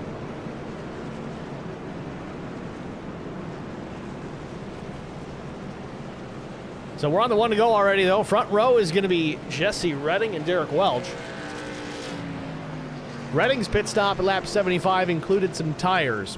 Welch did not. Looks like Brian McCann will restart third. He made a pit stop this time for fuel only.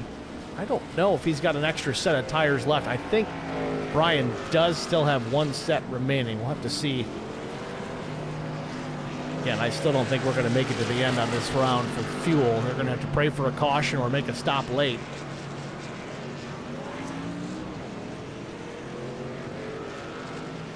Or gamble. As soon as the window opens, come down and pit. Especially if you got tires, you can be full advantage.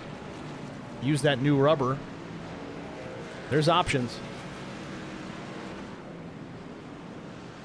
Pace truck about to pull left down pit lane. We'll restart this thing. It'll be lap 101 when we take the green flag. Green flag. 35 laps to go. Who can make it to the end?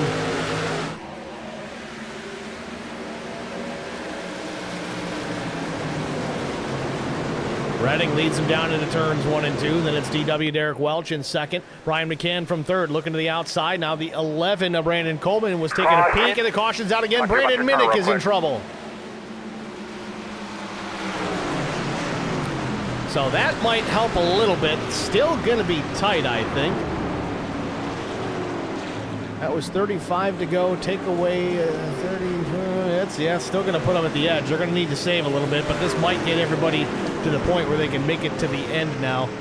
Those that stayed out, the last caution likely to pit this time because that's their next opportunity.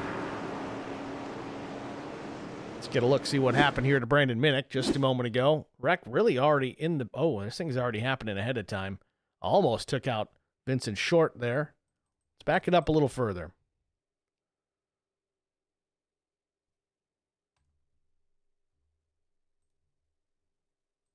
So Short, back it up further here. I think, yeah, Vince is just having an issue on his own here. Possibly cold tires. He did make the pit stop at 98 and put tires on. So, yeah, they were not quite up to temperature. Lost the back end, starts to come around. Corvu may get a piece of him here. I think that is the case, yes. Actually straightens Vince back out, but sends him up the track in the path of the 13. And then chain reaction. Mike Fahey gets a little bit.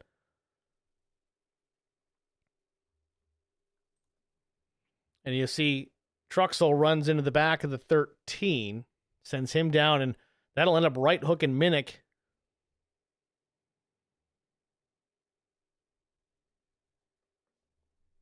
And the caution comes out.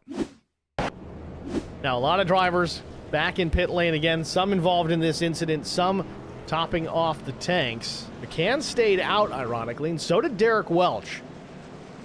In fact, this caution... I don't know. I don't think Welch can make it on the end yet. He's just betting more cautions would be my guess.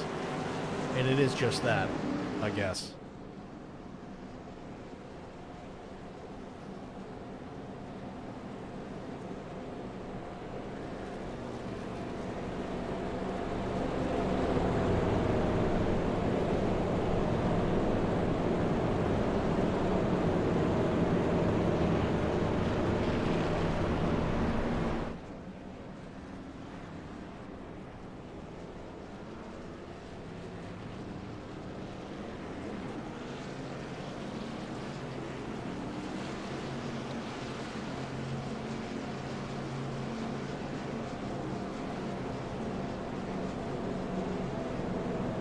Larry Dickerson will make a trip to pit lane here.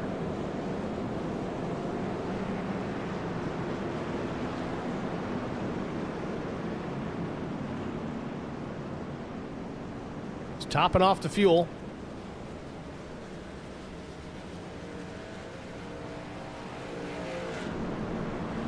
We are on the 1 to go, so it'll be 31 laps to go when we take the green flag. Drivers that have topped up now certainly can make it to the end. That's Vincent Short and down. So 14th on back to the lead lap. Brendan Minnick, I think, still on the lead lap in 26th. Everybody else, it's going to be a little dicey. McCann might be able to make it with these cautions. Derek Welch and Coleman, not likely. The rest of the drivers from 4th to 13th made their pit stops at lap 98. These cautions are certainly going to help extend that fuel window. An additional caution just makes it better. We'll see if that plays in their favor as this race continues on. 7th caution of the night about to wrap up here as the pace truck going to make its way down pit lane. Barney the flagman with the green in hand. Green flag, green flag.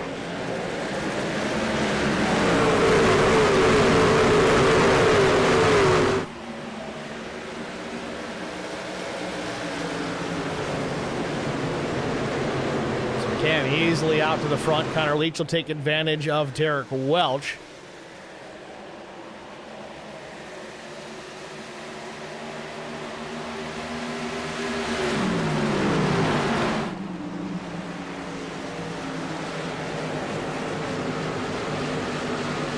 Aikman, Pollard, and Lawson side by side with Mike Fahey in the mix. Fahey still running in the top 10.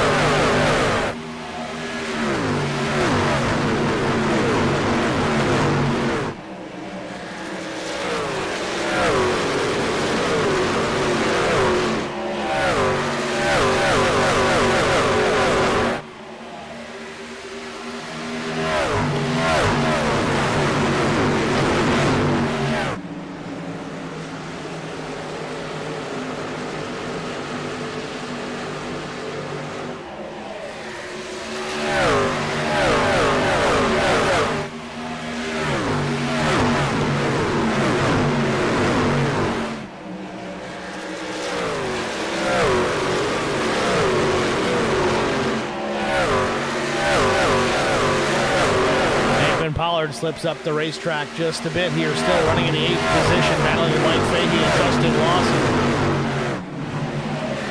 Nick Biddy, top of the racetrack in 8th. Pollard now to 7th, making a look around the 90 of Carson Rowland. Aikman Pollard still moving towards the front, looking for more as they cross start finish. McCann still the race leader. Leach runs second. Derek Welch third, and the caution is out again. You want something to drink? Yes, you'll take a Captain Morgan and Diet Coke. Vincent Short in trouble again. We'll see what happened here to the 15 to put us under the caution for the 8th time tonight.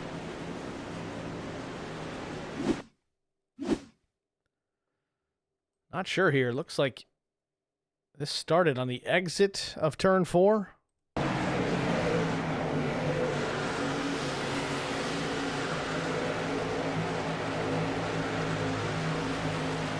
Interesting.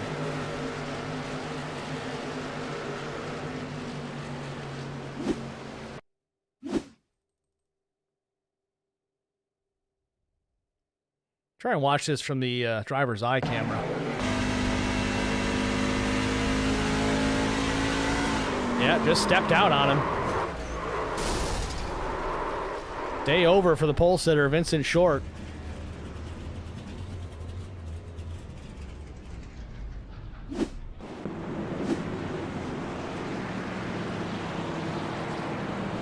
So again, this caution coming out helps everybody in the fuel department. I think it really takes the question marks out of the equation, but maybe not. Brian McCann and some others going to head down pit lane.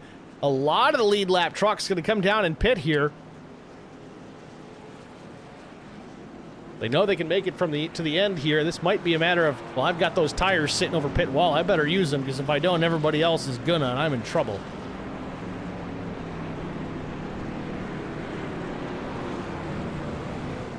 Brian McCann in his box. Does he? Yes. Right side certainly going on. Does he go with 4? Drew Blaze down and away. Looks like fuel only for the 30. So we're going to have to watch Brian McCann work his way through some traffic, see if he can retake this top spot. There's a lot of drivers that opted to stay out on the racetrack. A lot by 4. Jesse Redding, Joe Bennett, Paul Ferdiani, and Larry Dickerson. But multiple drivers in this cycle here under caution. Fuel only stops, just making sure there was enough. That was Drew Blaze, Aikman Pollard, Mark Truxell, Justin Lawson, Crystal Villano. Brian McCann, the first driver out there on 4 fresh tires. He'll restart, it looks like, to be in the 10th position.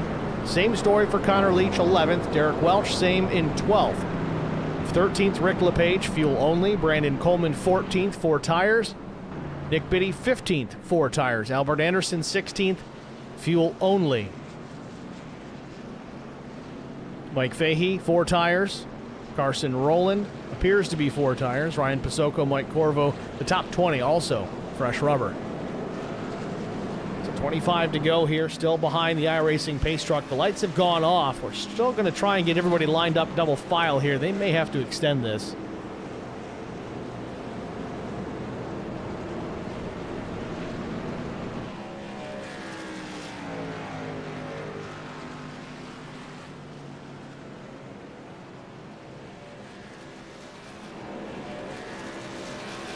So the front row as we get ready for the restart is going to be Jesse Redding and Double O Joe Bennett.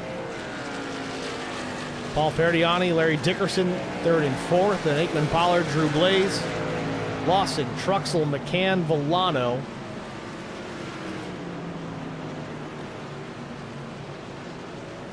Crystal in 10th. She's up from the 28th starting position. A top 10 would be a positive day for the 07 in this challenging league.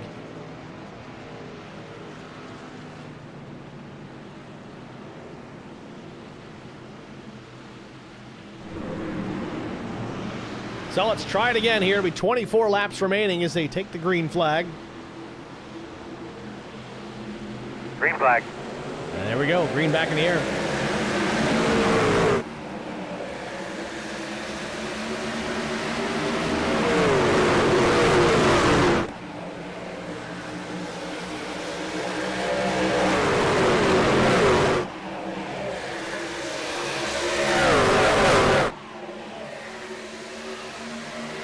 Redding leads him into turn 3. Joe Bennett took a look to the inside. And Jesse's out there with fresher tires. Bennett driving up the inside, however, out of turn number 4. Redding with the lead, but not by much. At the stripe, and we got trouble again out of turn number 4. Nick Biddy involved in this one, as others.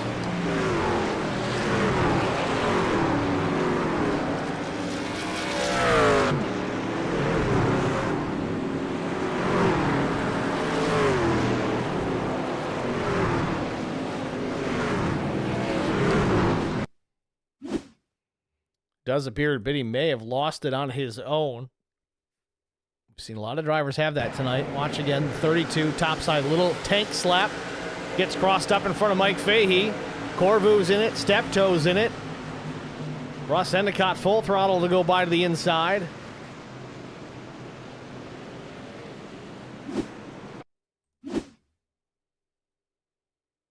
Yeah, really nowhere for Fahey to go there. Steptoe tried to thread the needle.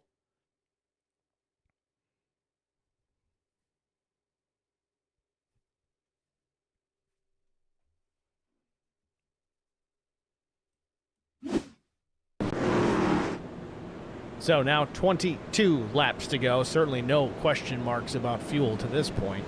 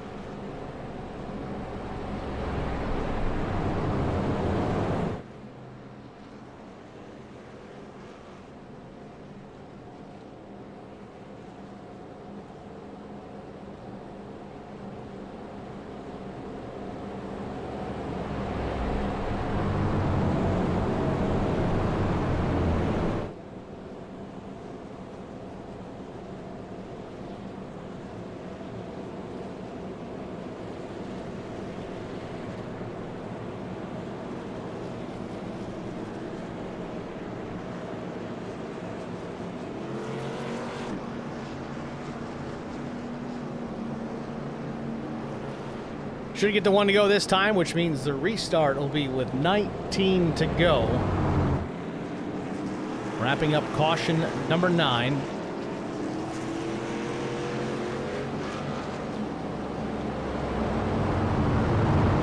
Front row again is going to be Jesse Redding and Double O Joe. Larry Dickerson third, Aikman Pollard fourth. Watch that 25. He's showing some pace here in the late going here. Mark Truxell and Brian McCann. And McCann now up to 5th. He's got fresh tires on. About 7 laps newer than race leader Jesse Redding.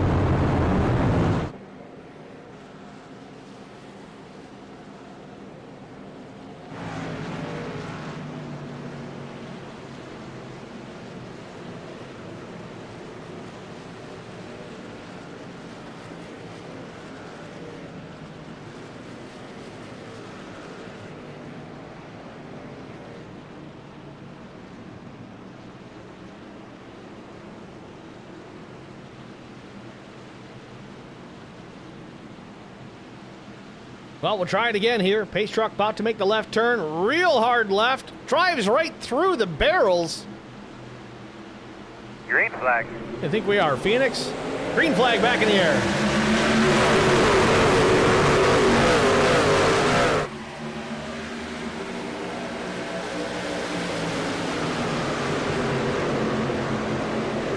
Redding gets away. Meanwhile, battle for second. Dickerson and Double O Joe Bennett side by side out of turn 2. Same story for 4th and 5th.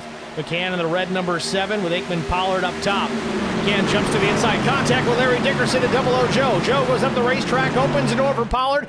Pollard door slams Double O Joe. They're 3 wide off turn 4. Caution. And caution out again. Save your stuff, save a little fuel. Ryan Pasocco, the wrong direction here. Caution number 10 with 18 to go.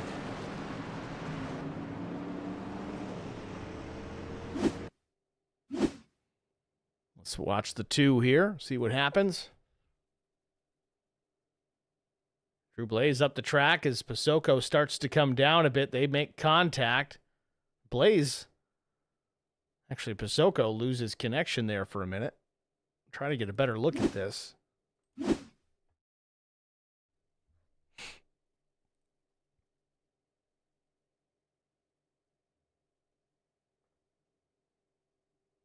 Yeah, as soon as Blaze makes contact, connection issues ensue for Pasocco.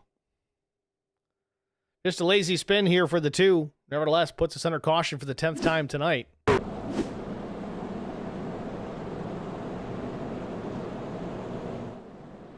With that, we're going to step aside quickly here, get a break out of the way. We will be back after this.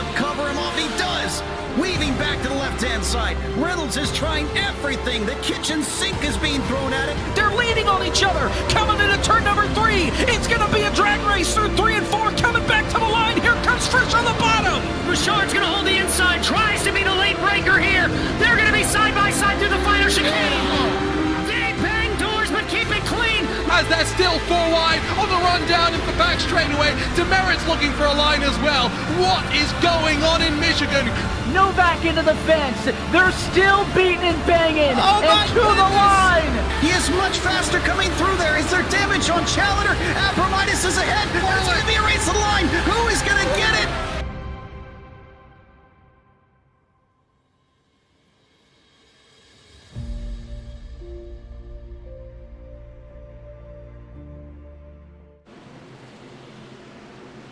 Back in Homestead-Miami Speedway. Caution number 10 about to wrap up. Pace truck hits pit lane. Ready, green flag. Green back in the air. Jesse Redding on the gas. Delayed start there for Brian McCann as Aikman Pollard there to the back bumper of the 7. But McCann up to the 2nd spot. Challenging now, again, fresher tires compared to the race leader, Jesse Redding.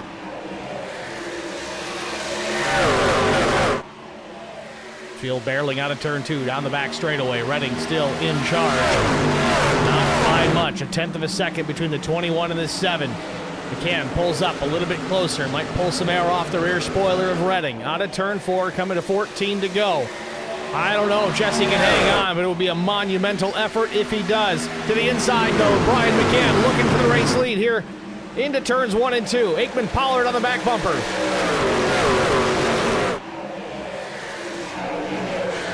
McCann up to the door, the 21 of Jesse Redding. Redding with the run down the backstretch. Bryant still can't get quite clear. Might have him this time.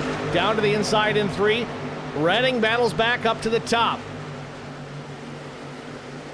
Not quite clear just yet. Redding not given an inch. He needs every one of them at this point, and that includes his vertical height.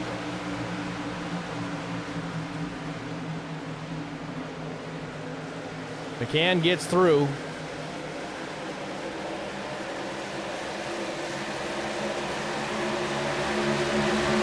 So Brian McCann back to the race lead after being so dominant throughout the course of this race. Almost side-to-side, door-to-door contact with Aikman, Pollard, and Redding. Now Redding's got company in the top, and that's Larry Dickerson. Redding dropping back now to P4. Dickerson up to third with a run, looking for second. Big time run, looks to the inside, surprises Pollard into turn 1. No, more contact as Dickerson up the racetrack. Bull in the China Shop is the 69. Dickerson up to second. Again, his last stop coming at lap 103. He did not take tires, so this is that much more impressive. Dickerson just working that high line. Pollard now gets back to the inside, though.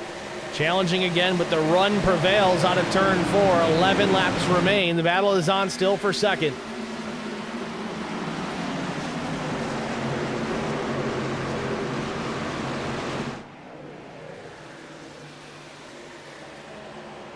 Almost trouble out of turn 2. Albert Anderson had to correct it. Saves it, keeps it straight.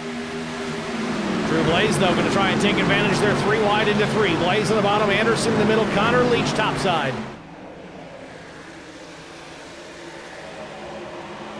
Anderson having a whale of a time hanging out of that number 99.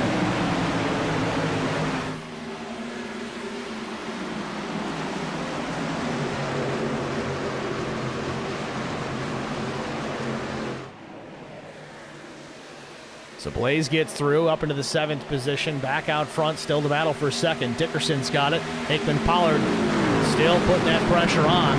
It's not as hot and heavy as it was, but Pollard still utilizing the low side of the racetrack while Dickerson's riding that Larson line or close to it.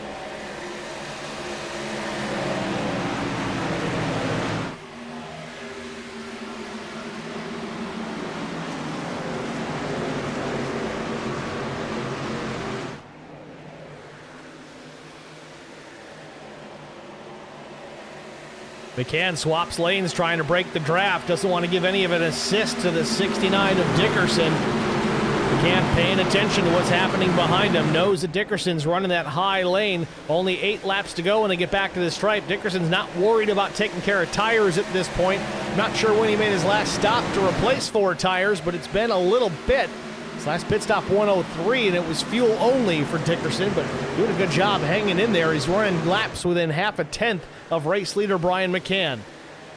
Aikman Pollard, though, pulls back to the tailgate of the 69. Pollard trying to chase Dickerson as Dickerson tries to stick to the draft of Brian McCann.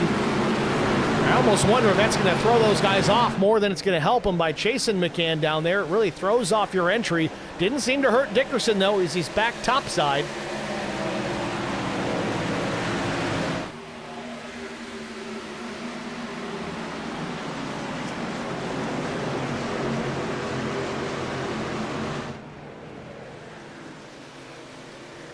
Six and a half laps to go. Brian McCann still out in front, and it's Larry Dickerson, Aikman Pollard, Jesse Redding remains in 4th.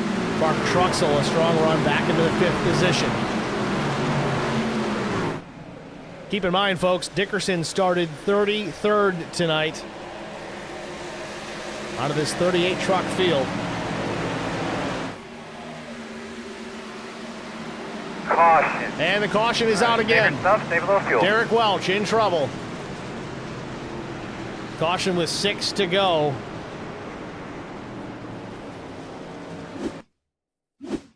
Contact with Albert Anderson. So it looks like Anderson jumped up the track here to make a move around Double O Joe. Didn't realize that Welch was either there or Welch had gotten into the wall prior. Bounces off the 1. Puts Welch back in the fence.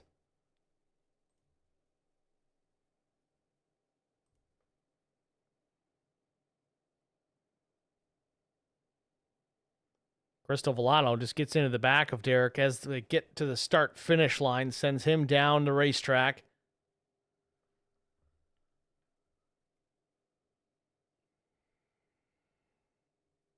I think Crystal had a problem after the fact as well. So did Lawson.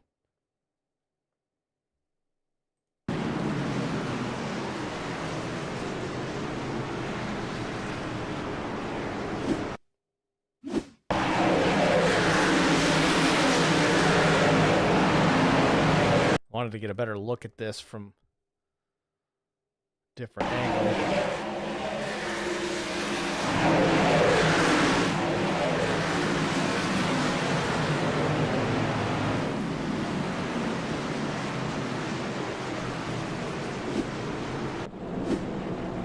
So 11th caution of the night, 4 laps to go right now. We should get the 1 to go the next time by, so I think this sets us up for a natural green-white checkered, unless this goes another lap and it goes to our allotment. We'll see.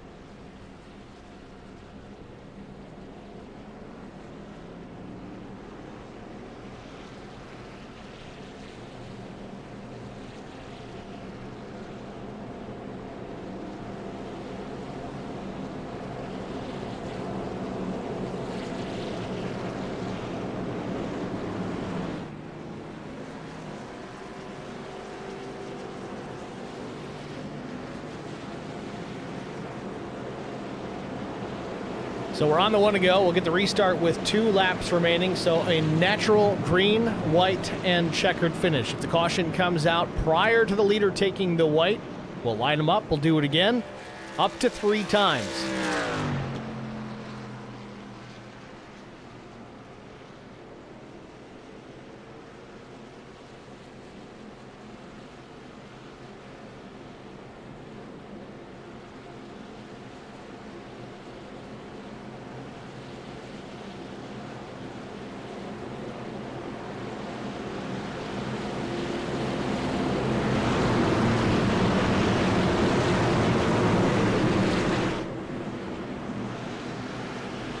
Front row is going to be Brian McCann and Larry Dickerson. Larry kind of in a bad spot here, restarting second. You almost want to be third here. Aikman Pollard knows this. He's in that number 25 truck to the inside of Jesse Redding, trying to take full advantage here of that disadvantage for Dickerson. Green flag. Green flag back in the air. Wheel spin for Dickerson. McCann up in front of the 69. This may actually help him slightly as Dickerson crosses over in front of Aikman Pollard down into turn 1. Good job by the 69. And Aikman Pollard pushing him through the corner. Bumper to bumper all the way through. Larry does not lift. Job well done by the 69 just to hang on to it. Let's see if he can hang on to that second spot here. McCann into turn 1, 3 wide behind him. Can they make it stick? Drew Blaze back in the mix. 4 wide with Dickerson to the top. Redding, Blaze, and Leach banging on doors off of turn number 4, coming to the white flag. Final lap here at Homestead. McCann already almost a full second ahead of second place. We're going to watch this fight. Leach to the inside of Drew Blaze. Still 3 wide into turns 1 and 2.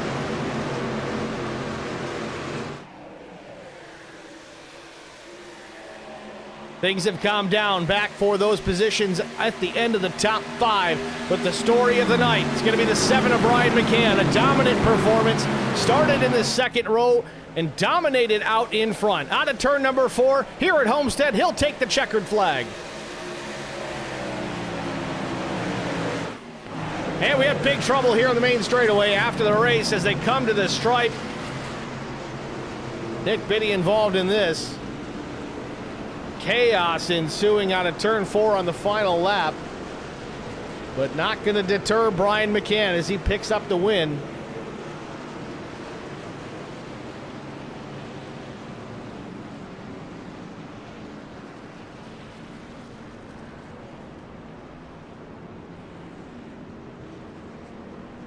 Brian McCann making it 2 in a row after picking up the victory at Vegas last week.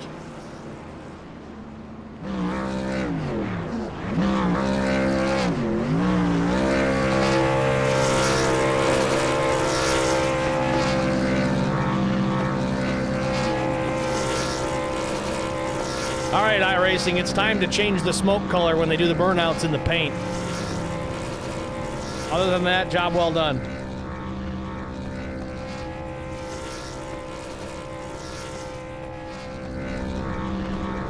McCann doing his best, Kyle Larson.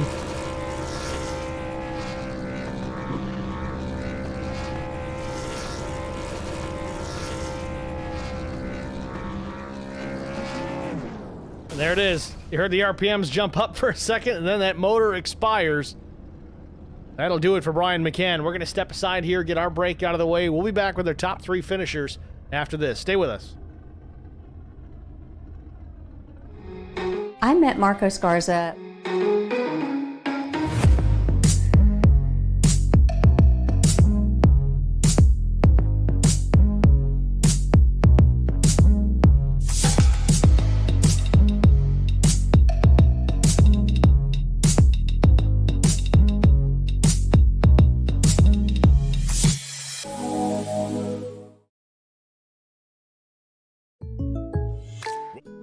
Need insurance coverage that's built for speed? Frank Yea's office in South Charleston has your back. Whether you're blazing down the highway, protecting the home you've built, or setting up a legacy for your family, we've got the coverage you need. Auto, home, life, fast, simple, and made for you. Scan the QR code on your screen now to explore all our services and start a free quote today. Lock it in, save it for later, or call us at 304-744-7700 to get started. I met Marco Scarza when we were doing radiothons for St. Jude Children's Research Hospital. We needed sponsors to help us raise money, and he's always the first one to jump in. I would describe Marcos and his team as upstanding, someone you can trust, and he is just a genuine guy. Marcos has been very generous. He has a genuine concern for people. You need somebody that cares about you. And that's what Marcos is, and that's pretty much what this firm is. The Garza Law Firm. Let us help.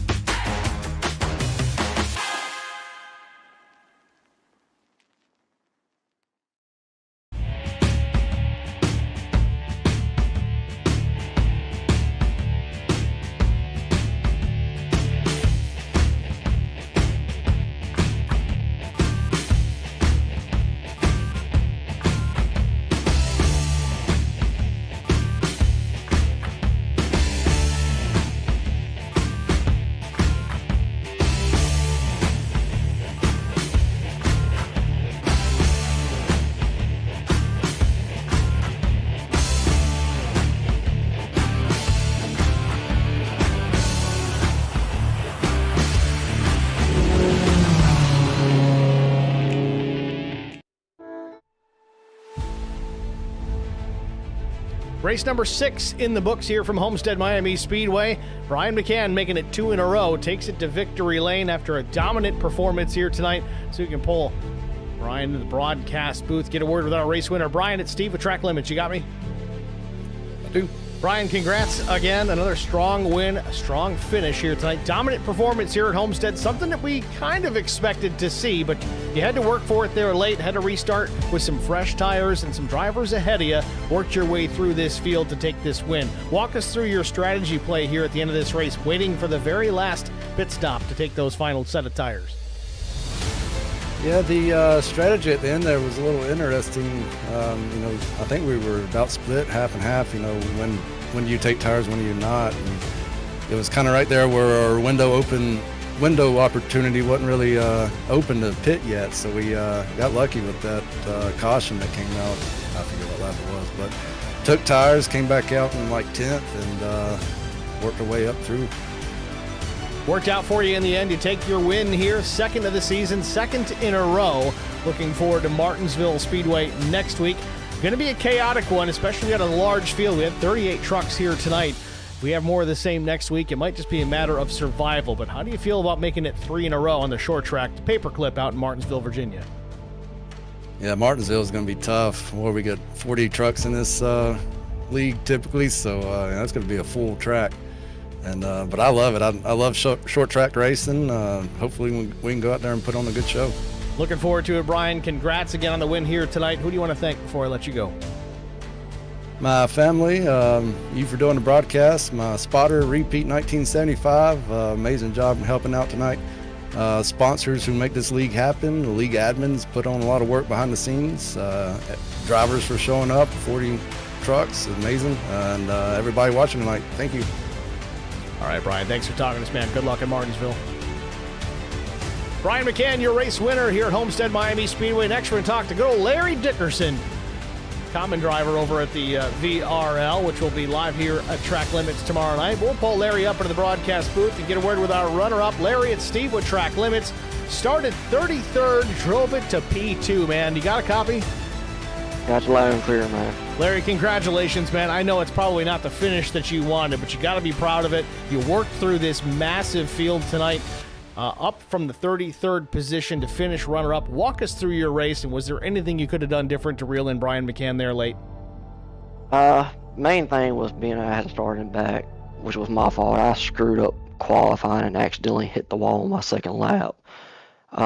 Main thing is just keep the truck clean and not try to wear your stuff out so fast, because this track just eats tires up like Darlington to me.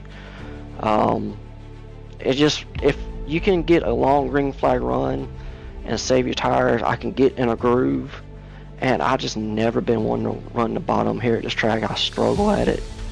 It just wants to snap loose on me off the corners too much. And so I'm one of those Kyle Larson guys. I love this track running the high line against the wall.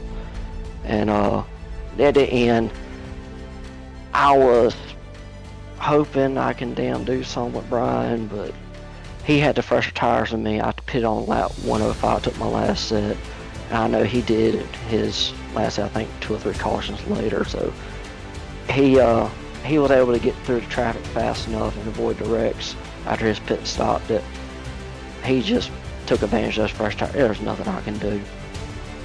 Well, nonetheless, I know a lot of drivers hate to say, oh, we had a good points day tonight, and that really was the case for you, Larry. A job well done here, a second-place finish at Homestead-Miami Speedway. All we can do is look forward to next week at Martinsville Speedway. Half-mile, short track, flat, long straightaways.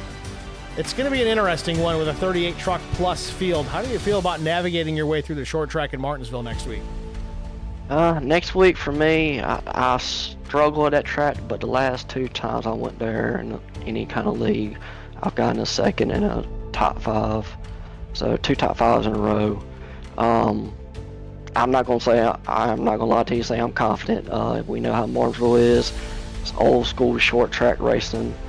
You just gotta get through the carnage first and foremost to even give your chance at a good shot to finish good. So it's, to me, Martinsville just a roll of the dice. If I end up on a record in the infield eating a bunch of hot dogs going for the record, oh well. If I can get a good finish, I'll take it, because I needed this because I'm low in points. So if I can get 2 back-to-back good weeks, that'd be awesome. Fair enough, Larry. Well, job well done. Runner-up finish here at Homestead, man. Who do you want to thank before I kick you out of here? First off, I want to thank Derek and for this league he runs. Is an amazing league. All the league sponsors put time or put energy towards this league to give us a chance to show our skills and what we can do. You're the best broadcaster in the business. I look forward to every Tuesday and Wednesday night going back and watching your replays of races I've ran. As long as they end up good for me. If it end up bad, I don't usually watch them. But you do an amazing job, best in the business in my opinion. My teammates, of course, Derek, Dylan had a rough night. He was going to be strong, I think, at the end, but he got caught up in a wreck. Derek, about halfway, I can't remember, but I think about halfway. Derek, I already said Derek. Russ, Albert, my brother from another mother. I think he got top 10 tonight, so I get two team Outcast members in the top 10 is a good deal. And so yeah, yep, that's all my teammates. And another shout out is Lori. Thank you for everything you do for me and helping me out and being a big supporter on the computer and in my personal life, helping me through stuff. And again, Angelman Center Foundation. I know it wasn't on my truck this week, but anybody that can go donate to any forms of autism, it'd be awesome. You're doing them people an awesome cause. It'll be a really good group to help out. All right, Larry. Well, again, congratulations on a runner-up here at Homestead. Wish you the best of luck at Martinsville next week, man. Thanks for talking to us. Appreciate it. It's Larry Dickerson, your runner-up here at Homestead. Next, we're going to talk to Aikman Pollard, driver of the number 25 machine. We're having some issues here trying to get some of these car paints to load properly, but hopefully there it is. All right, Aikman Pollard, third place. We'll pull him up into the booth and get a word with our third place finisher. Aikman, it's Steve with Track Limits. You got a copy? Yes, sir. Turn you up a little bit here. Try it again. Aikman, you got me? Yes, sir. All right, there we go. Aikman, congratulations, man. 30th place to third. I'd say that's a good day. I know race drivers, they want to win these races, but when you can go from that far deep in the pack to finish third, a strong run. You had a strong truck there late, certainly applying the pressure. I think you gave Larry Dickerson all he could handle, and he managed to handle it. You still come home third, man. Walk us through your race. Oh, man, you nailed it on the head right there. I messed up qualifying on the second lap there. I was trying to keep the tires cool on the first lap there. I'm just, I'm not Kyle Larson. I can't run the wall. I know that's the fast line here. Just wasn't going to happen. So putting myself back there just wasn't ideal, but somehow we clawed our way out of it. Well, it certainly looked good out there. It was fun to watch, especially in the last 10 laps of this thing. I know we had a bunch of cautions to kind of bottle everybody up, but man, you drove it to third place. A great finish. Not quite hard charger as Larry Dickerson started back in that 33rd position. He finishes one ahead of you, but all we can do now, look forward to Martinsville Speedway, the half-mile short track, the flat paperclip out in Martinsville, Virginia. How do you feel about these shorter tracks, especially with these big truck fields that we've been having here week in and week out? Oh, man, anybody that knows me knows that I love short track racing. I feel like I kind of excel at short track racing. We'll see how it goes with a field like this at Martinsville, because man, it's being in the booth with you right here. It's a tough task here in this league. So, I mean, all we can do is put her down there and on the curves and see what we can do. Well, certainly wish you the best of luck there next week, Aikman. Who do you want to shout out to before I let you go? Man, I've got the best team behind me, man. Jonathan Marsh, Carson Rowland, my teammates, my spotter, Dalton Moore. He kept me out of trouble so many times tonight to help me get from 30th to 3rd. So Robert Altman, he's another spotter for us and a teammate. Our alliance with Sisk Speed Shop, Caleb Sisk, the owner of that. Just a huge shout out to all them guys, Connor Leach, Skylar Harrod, Nick Biddy, all those guys, man. It was just, we got some of the greatest guys doing this right now. So I'm just honored to be able to represent and run with these guys. An impressive run for sure, Aikman. Congratulations again. Top 3 finish here at Homestead. Wish you the best of luck next week in Martinsville. Thank you, sir. Aikman Pollard, your third place finisher here at Homestead. That's going to wrap up the interview portion of tonight's broadcast. Let's take a look here at our race results. Of course, we talked to Brian McCann, the winner, Larry Dickerson, Aikman Pollard, the top 3. Drew Blaze finishes in the 4th spot. Connor Leach was 5th. Jesse Redding finished in the 6th spot. Carson Rowland was 7th. Double O Joe 8th. 9th went to Albert Anderson. Mike Fahey, a solid top 10 for the 19. Ryan Pisoko came home in the 11th spot. 12th place was Mike Corvu. Rick LePage, 13th. Brandon Coleman, 14th. Chuck Kiger was 15th. 16th place, Jarrett Woodard. Justin Lawson finishes in the 17th spot. Skylar Herod, 18th. Nick Biddy, 19th. 20th went to Mark Truxell, 1 lap down. 21st, Jason Steptoe. Derek Welch, 22nd. Crystal Villano, 23rd. Scott Milner finishes 24th. Paul Ferdiani was 25th. Eddie Rose, 26th. 27th, Paul Durkee. Russ Endicott, 28th. Pole sitter Vincent Short finishes in the 29th spot, 28 laps down after a couple of wrecks late. Brandon Minnick, same situation, was strong early but finishes 30th. Tommy Welch, 31st. 32nd, Dylan Bryant. Chris Goins, a rough night, 33rd. Joe David was 34th. 35th went to Eric Beadle. Ryan Kemper finishes 36th. Mark Collins out of this one very early in 37th. Same for Sean Roberts. He will finish last in the 38th position. Both drivers 134 laps down of 135. That'll do it for us. Again, thank you guys all for tuning in. Glad to see some chatters here tonight. As always, love to have you guys interacting with us here at Track Limits. Always cheering on your driver, where you're watching from. Glad you're enjoying the broadcast each and every week. If you haven't already done so, hit the thumbs up. Help us out there too. That's free to do. That like button makes a big difference. It helps attract some new viewers to our broadcasts each and every week. With that, congratulations to Brian McCann. We'll see you guys next week at Martinsville Short Track Racing here in the Numb Thumbs Racing League.